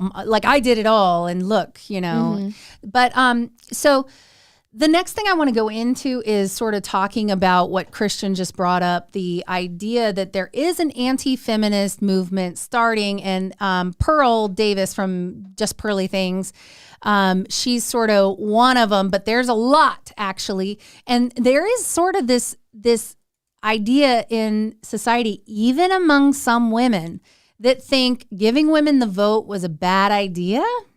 And I wouldn't go that far, but I do know people who would. And so let's go ahead and just hear what they have to say, because all of this feminism stuff is creating a backlash. And in some situations, it's kind of comical and funny. In other situations, it's a little scary. So let's listen to what Pearl has to say and why she says this. None of us in here can be considered traditional women. And back then, an average guy could get a traditional woman. And now what does he get? He gets a boss babe, a girl that's been ran through. He gets an ex-hoe. He gets a born-again virgin. Like, and what do this I is, get? as women, this is what do we get? We still get protection and provisioning. Are you sure? And the average salary, but here's the thing. The average salary could cover an apartment. But the thing is, like, women, we want this lifestyle that's not even realistic nowadays. Like, we want men that make more than we do, and we want them to pay all of the bills. But it's like, we all have our nails done. We have, we get our hair dyed. We have makeup. We have all of this stuff that costs money because we want this lifestyle. And I've had girls come on my show, and I say, would you date an average guy for companionship? But you would have to go down in lifestyle. And they say, no, we're addicted to lifestyle. Yeah. Okay. So that gives you some perspective on Pearl's opinions, but let's move to her next one. Women should not vote. Pearly said it herself. I'll tell you why, though. You got to back it up. All right, 1 second. Sorry, guys. I don't think women should vote. Huh? I don't think women should vote. Lord Jesus, keep on going. She said, I don't think women should vote. You can't vote. No birth control. Keep it going. No, because it's always freedom without responsibility. And I so, love like, it. the Women reason should not vote. Pearly said it herself. I'll tell you why, though. I'll tell you why. Because there's freedom without responsibility. Like, I believe in consequences for your decision. So the men know if they vote someone batshit crazy into power, you guys get drafted. We don't. I don't think women should know. Huh? Okay, so go to the next one too, because she has gone on many shows and said this. She's even got merch to this effect. And oh, by the way, guys, I believe she's interviewing Nick pretty soon. Later this month. Yeah. Okay, so let's see. 1 second. Okay. Sometimes the volume's a little low on these, but hopefully people can hear it. It varies a lot depending on the video. They're also hard to get started at the very beginning. Yeah. In the 90s, women couldn't even vote. This is In the how- 90s? In the 90s. So Yeah, it was like 1980. no, that's that not women true. got the It's right like to the vote. 20s. No, it was 1918. You said Oh, in the 18, 90s. 18. Oh, 18. I think you So said in the 800. I think you said 1900s, okay, in the but 1900s, but why women couldn't even so vote. remember, but why didn't women have the right to vote? Women. So historically, men had to go to war and fight. That is why women couldn't vote. Was because if you had the choice today in 2022 and we were in war and you had to go fight on the front lines, would you pick it? Personally, and this is where people will take me out of context and say I don't think women should vote.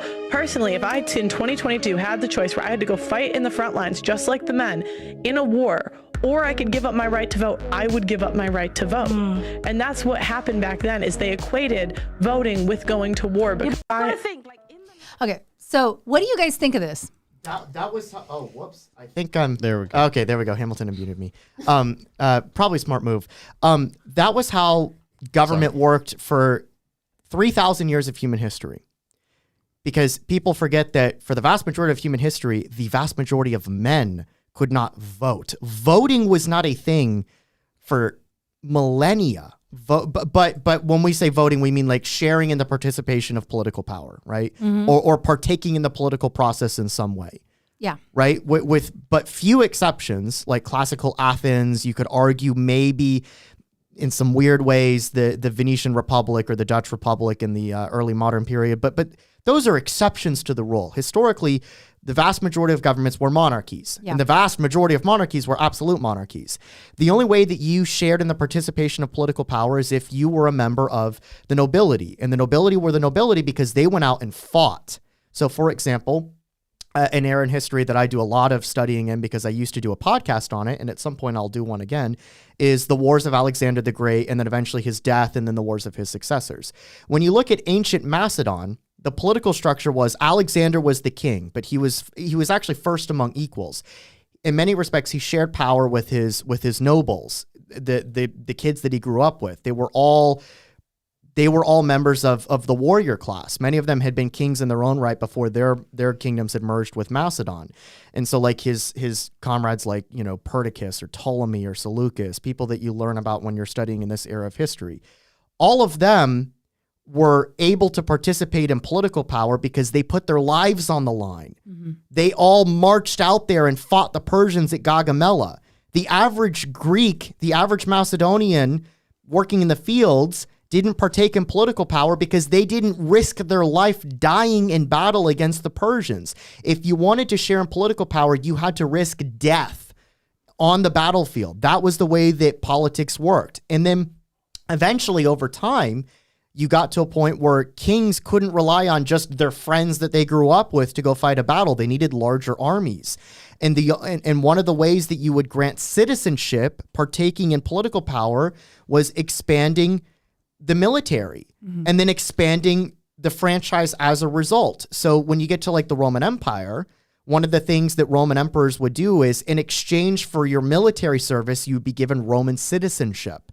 This became a huge political issue during the Roman Republic. And then when you fast forward to like the Middle Ages and then eventually the early modern period, what do you see? You see the expansion of quote unquote voting rights. Again, voting is still not necessarily a thing. It's you just partake in political power. There's not really elections, but your ability to like sit on the council and decide legislation or decide how your kingdom or how your realm would govern was predicated on you providing military service to the king. This is where you get feudalism, right? The emergence of the different estates. You have the warrior class, the nobility, you have the priesthood, and then you have everybody else. But the everybody else weren't drafted and sent into the field. You only see that when democracy becomes a thing. And at that point, it looks as though in the name of equality, the draft is going to apply to women too. Well, we're moving in that direction, which is actually a sad thing because what we should be moving into is a direction where we have now, for the first time in thousands of years, detached political power with paying a price for being wrong.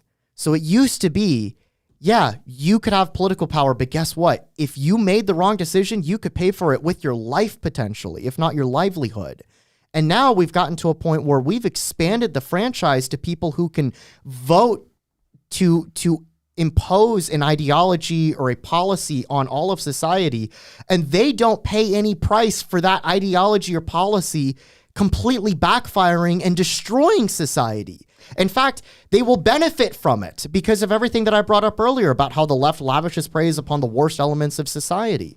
We've completely detached consequences from actions and simply placed voting at the top of Maslow's hierarchy of needs in the process. Voting is not an act of self-actualization. Right. And yet voting, honestly, voting is just the bare minimum. And I also feel like we shouldn't forget the fact that the government back then was not nearly as involved in our personal lives as it is now. And this is the reason why micromanaging has gotten crazy. This is why I tend to actually disagree with what Pearl said or what you said, Christian. It's like, I see where you guys are coming from, and I don't 100% disagree, but the government is a lot more involved in our personal lives now.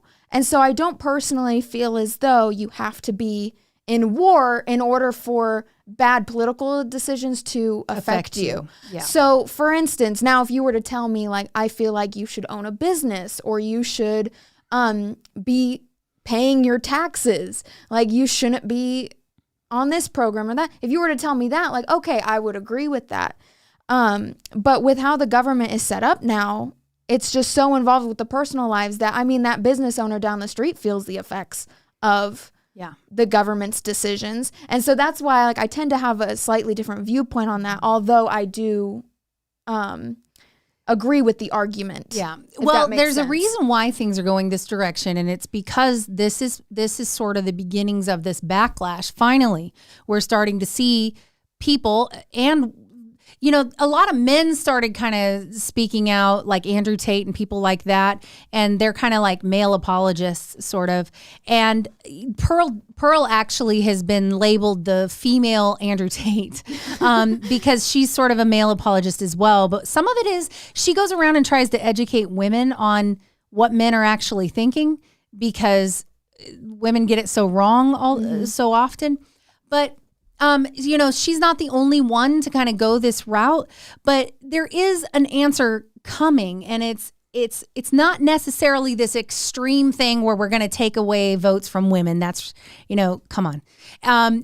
But there is this other alternative coming, and women are leaving feminism behind and going, this sold us a raw bill of goods. This was not good for us. It hurt our families. It hurt our love lives and everything else. And what it is they keep feeding these lies to these women and telling them that they should feel fulfilled because of all these things they've done. And then they wonder why they have mental illness, because they don't feel fulfilled. And it's like, well, because you are basically buying into this idea that what your body can naturally do and the things you're naturally good at don't mean anything. And the only thing that means something is whether or not you can climb the corporate ladder. And that's it. And by the end of it, you end up having like this horrible, lonely life, especially if you don't end up with any kids, you don't end up with a spouse, nothing. You end up being the weird, crazy aunt that comes over for, you know, Thanksgiving dinner or whatever and makes everybody uncomfortable. You know, you're the lady with all the cats. I mean, I don't know. Allie might be watching this. So we're going to move on to Candace Owens. She's one of the voices that is coming to the forefront. We've got a lot of voices coming to the forefront. Let's go ahead and listen to what she has to say. Telling me that I can put my butt cheeks on the internet for free, and that's going to stick it to the man. Free the nipple is an Instagram campaign. Oh yeah, he's going to be really upset, ladies, when you're naked on the internet. You're telling me that women are being taught to have multiple partners as some act of sexual freedom. Oh yeah, ladies, it's really going to suck when you tell men, I don't want a relationship, but I'll sleep with you for nothing, because modern feminism says that that's good. It sucks. Oh, now I get to work just like a man, hours day in and day out. Dude, we were just cooking. I love cooking. Who fought for feminism, modern feminism? People keep thinking that these are things that women liked. And when you actually look at happiness, women are not happy anymore because we're being told that we still have to be a woman, but also be like a man. It shouldn't be like that. You're telling me that I can... Yeah. So this is sort of permeating through. What's the next clip we have? Okay, so this is sort of my final clip that I want to put out there. And the reason I want to put this out there is because, you know, a lot of this sounds just all bad, you know, and that, oh, these women are so brainwashed. But the thing is that women are waking up to the idea that there is more to their existence than just climbing some corporate ladder, and that they can actually think about what it is they really want to be doing and what really is going to give them the fulfillment. And how do we get there? How do we go forward there? And now you've got extremes. You've got like this trad wife movement where it's like women that think that their whole entire existence is to serve their husbands and their families. And they say things that are just like wildly unpopular, but some of it is that they're trying to be countercultural. They're trying to put something out there that is completely different than what everyone's being told right now. Gets people to ask, why do you think exactly that? Yeah. And you do have, it's this whole like cottage core aesthetic, you know, trad wife cottage thing. core. It is. That is what it's called. Yeah. And so some of it could be a little bit of a trend.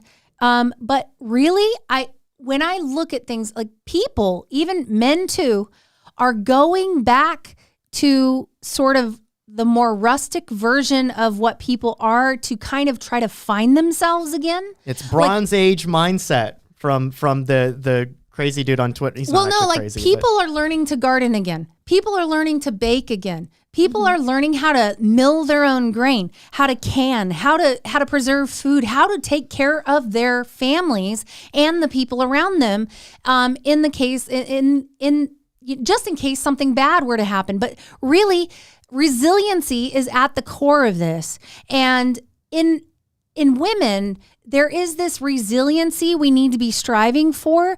And we're going to find that by leaning into what our actual interests are. And it's really hard because like we've been wired from the very beginning. Like my whole generation was told that you have to have success, and success equals money and power, and you've got to, like, men and women. And I was even told as a kid, like, you've got to have a backup plan. That whole thing where it was talking about a backup plan, like, well, you know, you need to have a career just in case your husband leaves you or he dies or something like that. Set money aside. You need to have a backup plan. And women are constantly told this. Like, you can't depend on a man to take care of you. He may just leave you. Well, the numbers don't bear that out. 70% of the time, it's women who file for the divorce. And if they're college educated, it's 90%. So, well, can I just say, if you're worried about your husband cheating on you or leaving you, I mean, of course, this doesn't apply to every case, but in most of these cases that I've personally seen, we saw the red flags before you got married. A lot of times. Like, I feel like women have a tendency to think that men are just as, like, conniving as women are, and it's really not the case. Like, well, there are always red flags, and everybody's just afraid to bring them up. Exactly. And say it. Well, they don't want to believe them, and then when they get married and their husband cheats on them, that's when they're like, "Oh my gosh, I didn't see this coming." And I'm sitting here like, well, I saw it coming. Exactly. Well, yeah. Sorry. I mean, that's not always the case. And obviously there are always exceptions. Who was it that said there's always survivors on a sinking ship, right? Mm-hmm. You always have people that went through the trauma that come out okay. But the trauma is bad. You know, we need to try to avoid this trauma. Yeah. And some of this is this whole hookup culture thing, this idea that we don't need to preserve ourselves for our family or our spouse or anything like that. It's such a lie. And it's this idea that you need to go out and just sow your wild oats and experience all of these things first so that then you can settle down and then you settle. And that's not the way it's supposed to feel. Mm-hmm. I know I don't feel like I settled. I feel like I freaking won the spouse lotto. Well, and I don't like the whole example of, well, you try on shoes before you buy them and test like, drive the car. I hate that because what if you're not sexually compatible? And this is what I say. If you've never driven any other car, then you're not comparing it to any other car, and that is the best. Like, I'm just saying, like, if you've never experienced anything else, like. Well, and some of this too is when people bring that up, it's like, well, if somebody had, like, because I had an aunt one time that was like, well, what if he likes to do weird, kinky stuff? Like, and you're just going to wait and, you know, you need to know if he likes to do those weird things. And it's like, really? You're just going to let him test all this out on you? Like, some of this is what type of people are you going for? Because if somebody's super into some weird kinky stuff, that means they probably have a porn addiction. So let's talk about that. Let's talk about it. Yes. Yeah. But anyway, I digress. That is way off topic. But I want to leave us with a sense of hope at this point, because I see the tide turning. And I don't know if you can see it too, but I definitely do. I think that, you know, feminism has sold us a bad bill of goods. Tell men. And we are now seeing women, young women, like millennials and zennials, stepping up. And like the boomer generation of women helped us get here. So did the Gen X. Like, we all bear responsibility, right, in our generation. Now, I personally don't feel that I bear responsibility for this because I've always been against it. But generationally, you have different ones that grew up through this process and have perpetuated it. And I feel like there's a cycle breaking getting ready to happen. I feel like we're doomed. Okay, I feel like we're gonna break the cycle. You always feel like we're doomed. And so I want to highlight this. She's she's going to talk about an article that was written, and we can put the link to the article that she's reading from because we're not going to hear the whole thing. It's too long. But we'll put that in there under the description, I think. Yep. Okay. And so let's just hear what she has to say, because I want you to leave feeling hopeful. Don't listen to Christian. Leave feeling hopeful. Have we girl boss too close to the sun? There's a sickening, and I say that in a good way, new article in the Washington Examiner by Carrie Gress called, "Is it the beginning of the end of the girl boss era?" Spoiler alert, 100% yes, a million times yes. But this article is fascinating because the author credits conservative women with basically challenging the feminist ideology that has been ingrained in women for the last 50 years in a more effective and convincing way than we've ever done before. There is a mass exodus of women leaving the feminist movement and having the veil lifted from their eyes in terms of what we've been told will make women happy. Carrie writes, conservative women are challenging the regnant feminist narrative. For roughly 5 decades, feminism has enjoyed an unchallenged hegemony, which both indoctrinated women and gave birth to its child, woke ideology. Women such as Barbara Walters, Gloria Steinem, Katie Couric, and Rachel Maddow have had a lock on American women's messaging, featuring consistent and now threadbare stories such as unequal pay for equal work, reproductive health, and the toxicity of masculinity. Let me just pop in to say real quick, all of those points that have been parroted by all those women and which have really driven the feminist movement have all been debunked now as lies. The wage gap is absolute BS. The minuscule earnings gap, and I'm talking like 1 cent between men and women, is just due to women making choices like raising a family, not wanting to work longer hours, or more physically demanding jobs. More women are graduating college, we're getting hired at higher rates than men, and we're making more money. Women earn 99 cents for every 100 cents men earn, aka this wage gap doesn't exist. The feminist movement told women that we needed abortion to be happier and healthier. In reality, abortion is a tool of exploitation of women. Everyone can see 4D ultrasounds of babies now. There is no denying the science and biology of what women are pregnant with, a human being. And when a woman snuffs out that life, she is wrecked with immense guilt and crippling shame, higher depression, suicide rates, and anxiety. Britney Spears is a great example of this. She just revealed in her new memoir, The Woman in Me, that Justin Timberlake talked her into aborting their child in the early 2000s because he didn't want to be a father yet. She wrote, "He said we weren't ready to have a baby in our lives, that we were way too young. If it had been left up to me alone, I never would have done it. To this day, it's one of the most agonizing things I have ever experienced in my life." Then there's the feminist narrative that masculinity is toxic. Well, let's just call a spade a spade. That was just a term created by toxic females. True masculinity is never toxic. It's protective, it's strong, kind, and selfless. We actually need more masculinity, not less. It's just a made-up term. For decades, she writes, conservative activist Phyllis Schlafly was the voice in the wilderness, taking on the cultural bullies.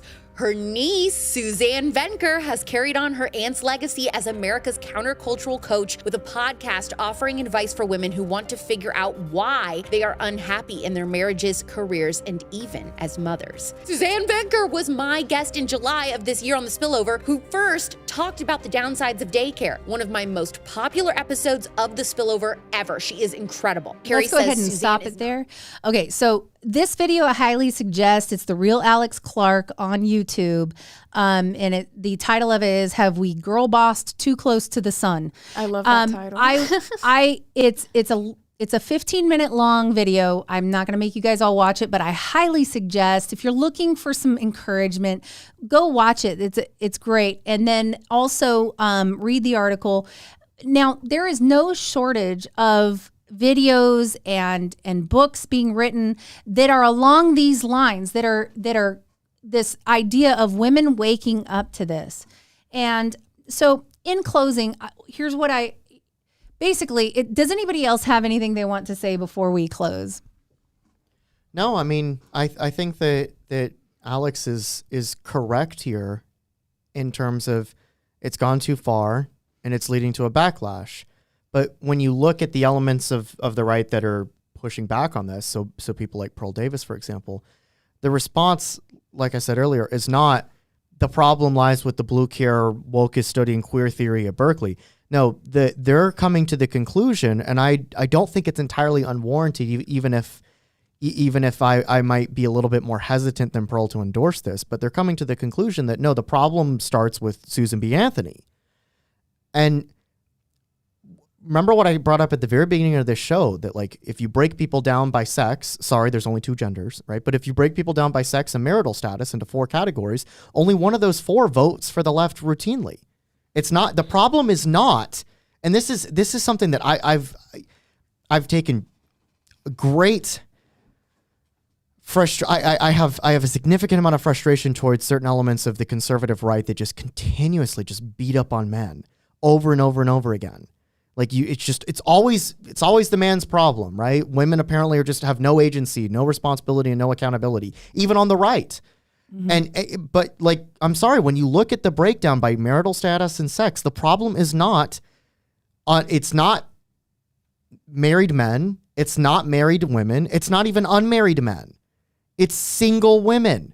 That's where the problem is politically in terms of voting.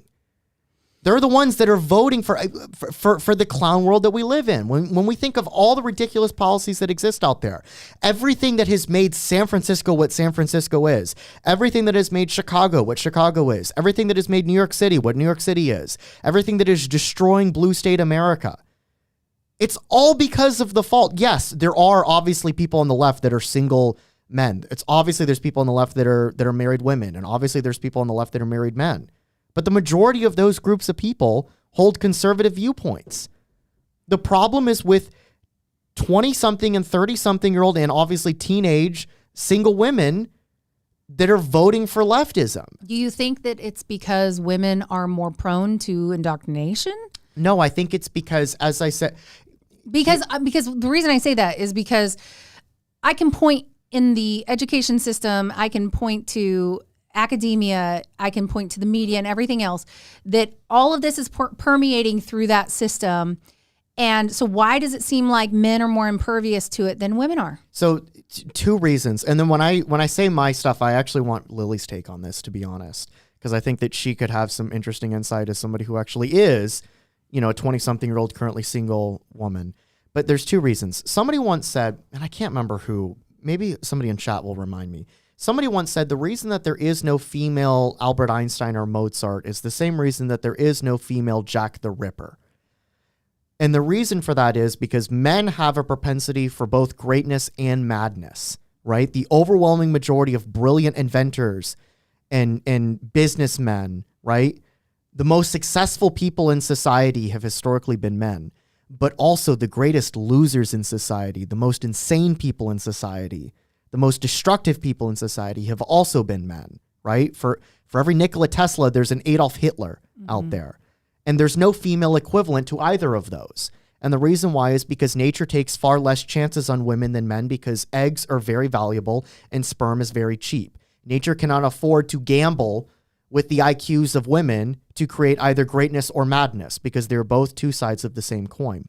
So when you look at the bell curve of distribution for IQs, what you see is the overwhelming majority of extremely intelligent and also extremely stupid people in the world are men. And therefore, a lot more women are in the middle of the bell curve than men, proportionately speaking. Now, why do I bring this up? Because ultimately, it's not that women are more predisposed to like propaganda. It's that when you look at all the different groups out there, and this is all built around groups, right? Women, by nature, in many respects of biology itself, happen to belong to a group that is easy for the left to monopolize power through, right? So we've done, Nick and I have done, and you as well, I think, have done whole podcasts where we've talked about people like Antonio Gramsci. Gramsci, writing in Italy in the 1930s when he was in prison by Mussolini. Gramsci was a communist. He was writing about why did he lose and somebody like Lenin won in Russia. And the reason that he concluded was in the West, leftists cannot apply class warfare in order to obtain political power. And the reason why is because standards of living are improving. And just because you might be born into lower classes does not mean that you might not die in the upper class. Class is malleable. You could be born impoverished and die a billionaire. That's actually possible in a capitalist society. So meritocracy's improving standard of living and the malleability of class meant that you can't resort to class warfare in order to obtain political power. So Gramsci said, basically in his prison notebooks, he wrote that the way that the left, the way that Marxists, neo-Marxists will be able to achieve power is by challenging the cultural hegemony. And two of the pillars of that are Christianity and the family. And so this is why he said things like socialism must be the religion that destroys Christianity. This is also why all of his adherents, all of his successors are extremely anti-family because they recognize that you have to tear those two things down in order to obtain a new cultural hegemony. And how do you obtain a new cultural hegemony? You don't stage a revolution like Russia in 1917. You don't violently, seize the means of production. What you do is you capture all the institutions that I listed earlier that are part of the Leviathan. You capture the universities. You capture academia. You capture the entertainment. You capture corporate America. You capture Silicon Valley. And then once you've captured those institutions, then you obtain political power. And how do you obtain political power? You don't resort to class. You resort to identity. And you resort to identities that historically would not have political power, right? So this includes women. And why do women historically not have political power? For the same reason that I said earlier, that political power historically was vested in your ability to fight. And women generally don't make great soldiers. That's not a ding on them as individuals. That's not to say that they don't have any value or self-worth. They have incredible self-worth. Women civilize men. But because they were not predisposed towards physical violence, and because the ability to partake in political power was predicated on your ability to fight, historically women did not share in political power. So the left is able to leverage that fact and monopolize their loyalty, just like they've been able to monopolize the loyalty of all sorts of groups of people, based on the fact that they historically don't have power or status. Again, either through no fault of their own or through terrible choices. So obviously women historically don't have power through no fault of their own just because of biology. But then there's other groups of people like drug addicts, for example. The left absolutely monopolizes the votes of, for example, drug addicts on the streets of San Francisco. And those people have nobody to look to other than themselves for the reason that they're in the situation that they're in. So the left will look at any grievance, real or imagined, and they especially love to imagine grievances, right? They love to create victims as much as they do to champion real ones. Because guess what? You can solve a problem, an actual problem of victimhood, but you can't solve a fake problem. This is why the left wants to make more people become trans. This is why they're pushing trans ideology, because they automatically fall into that oppressor category, and then the left can monopolize their political loyalty. So aside from this being political, so I understand that, feminism has had a huge political impact. But the more concerning impact that I see is the impact it has had on the family and on the mental health of women themselves. This has hurt women so much. And for everything that you can point to where we've made strides in this area, or this is a good thing or that's a good thing. For everything you can point to there, I can point to something that's pretty catastrophic that has also been a result. And so one of the things that I kind of want to point out is, I don't want to just look at this from the 10,000 foot level and go, here's what's happened in politics because of this. Really, I want to bring it all the way back down to the family and how much this has destroyed the relationship between men and women. And it has turned us against each other, and we're supposed to complement each other. Like, men and women are made for each other, truly made for each other. And yet they're adversaries in so many areas. Like, women and men are pit against each other. You've got the answer to the man-hating feminist is now the woman-hating male apologist. And at some point, like, where is the balance here? And how do we get back to a healthy, like, we need to get back to nurturing a healthy relationship with our own family, the men and women within our own families, and then the male-female relationships between us and our children and their children and our grandchildren. And it's this idea of breaking the cycle. And so I don't want to just look at, maybe society is going to break the cycle. I want to look at what can we as women do right now to break this cycle. And I mean, I've really been giving some thought because, it's interesting because there's this idea that, like, men like a feisty woman that'll fight back and, like, they could spar with or whatever. And some of that is true. I mean, being able to intellectually go toe to toe with one another is great because be playful with one another. Yeah. And not only that, but like, when a man doesn't respect his wife's intellect, that's a sad thing. And when a woman doesn't respect her husband's intellect, that's a sad thing. It's like they should be well matched in this area and be able to carry on a conversation beyond just like celebrity freaking gossip. I'll never forget, I had a friend when we were a military family, and this gal, she knew everything that was going on with like Britney Spears and whatever, and whoever all these people were. She was so into like the ET celebrity gossip crap. And I was really into politics. So I would always kind of talk about, hey, this vote's coming up. How are you going to vote on this or that? And she's like, Tina, why do you even care about that stuff? Like, it's not like you can do anything about it.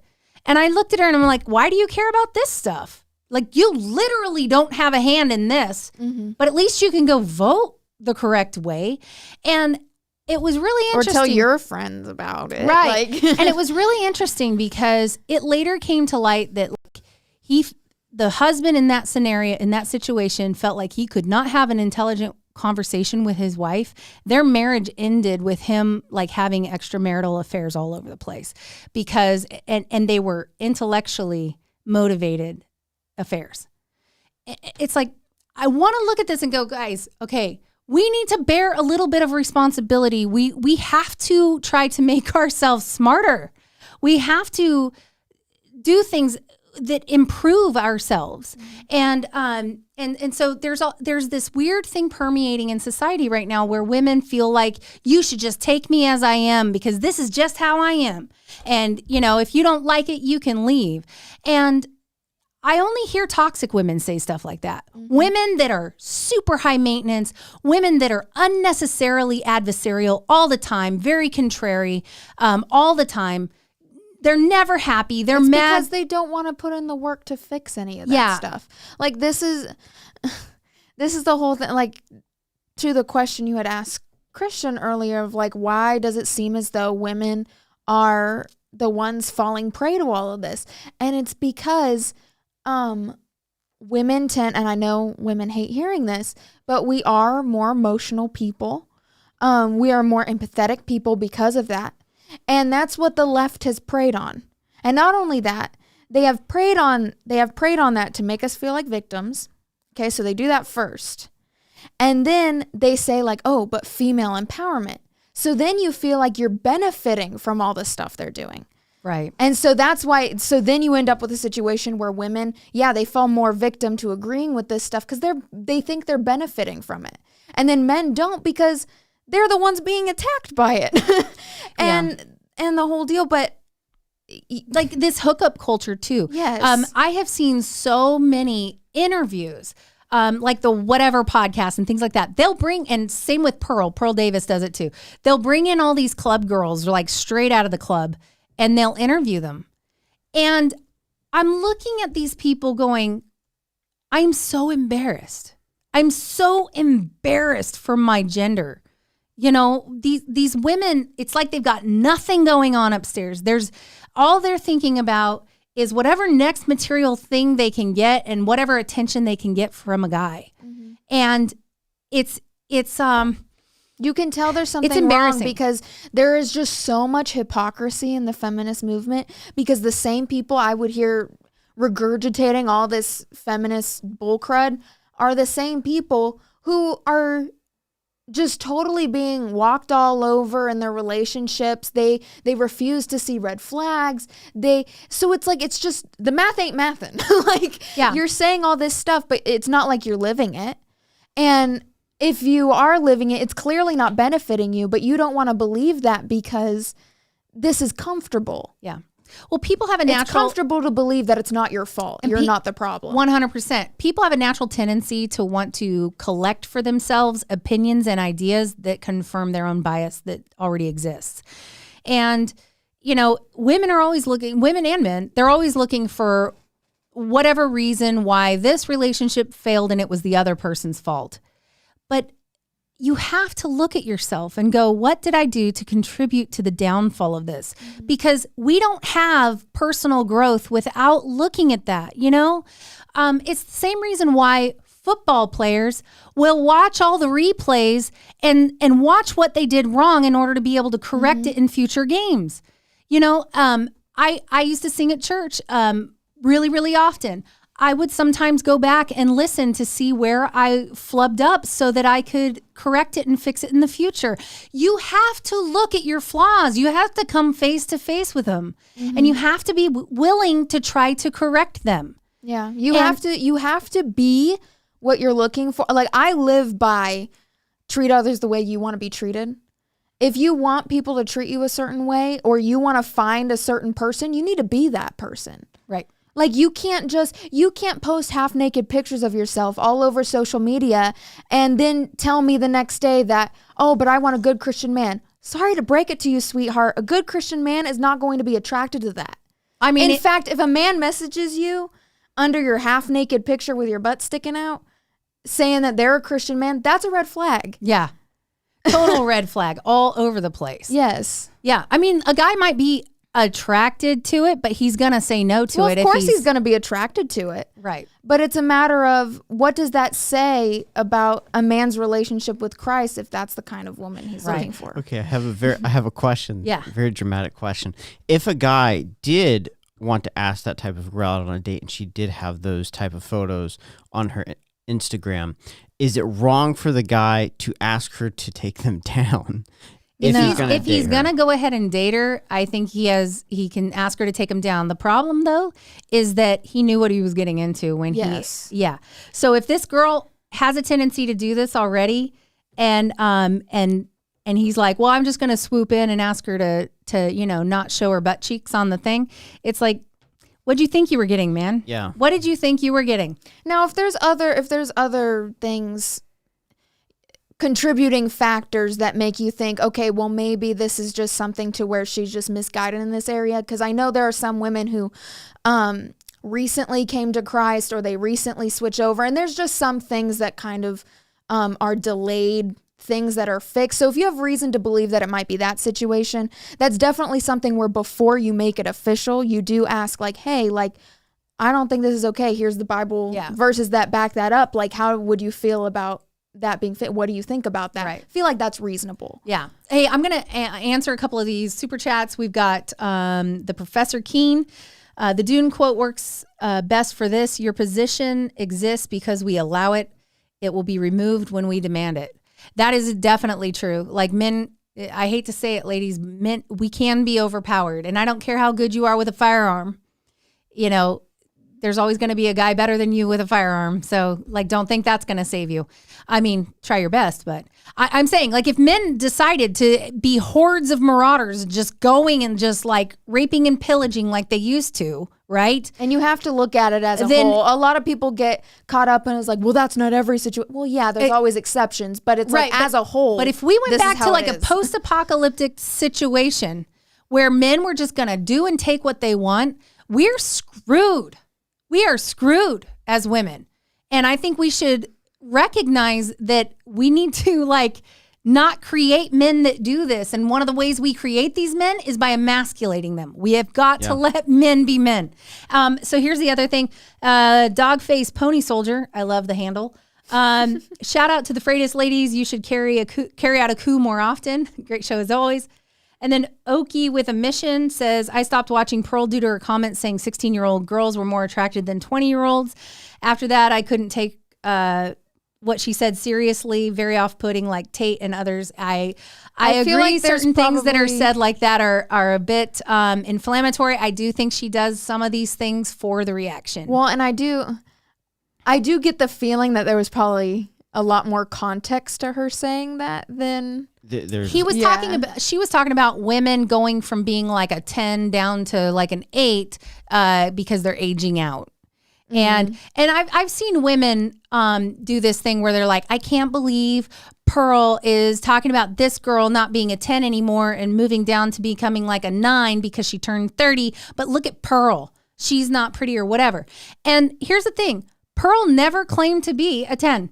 Pearl puts herself at about a 6, I think is what she said. Well, and if she's speaking to what like young men think or something like that, you see, she's literally just talking about what she has been told by men because she has interviewed thousands of men. Yes. That's why I said, like, I feel like there's probably more context to that statement. That seems like a weird statement. So we're going to go ahead and wrap this up. And I just want to leave you all with hope that, look, we can start at home and start by making little changes in ourselves to be better spouses, to be better moms, to be better dads, to be better kids. We can make a difference from our family moving out. It's all going to start at home. Society looks like it's doomed. The political sphere looks doomed. If you listen to Christian, we're all freaking doomed. But I know my family's not doomed. I know my family's going to be okay. And I think that's what we need to focus on is make sure your family's going to be okay. Do what it takes to be okay. So, all right. That was an optimistic way to wrap up. Yeah. Yes. So thank you for joining us, and we will see you real quick. Don't forget, everyone. Thank you to Good Ranchers for sponsoring the show. We have our mugs here, the Tread Around and Find Out mugs. I saw a few orders come in during the show, so thank you to everyone who ordered. So go to Tread Around and Find Out. We've got shirts, we've got mugs, all kinds of stuff. We'd really appreciate your support. That's one of the best ways you can now help the show. So, yeah, and if you wanna see my dad's attempt at shirt modeling, you can look at the store too. Yeah, the kids thought that was pretty funny. So. Thank you so much for joining us, and we'll see you next time. Next time.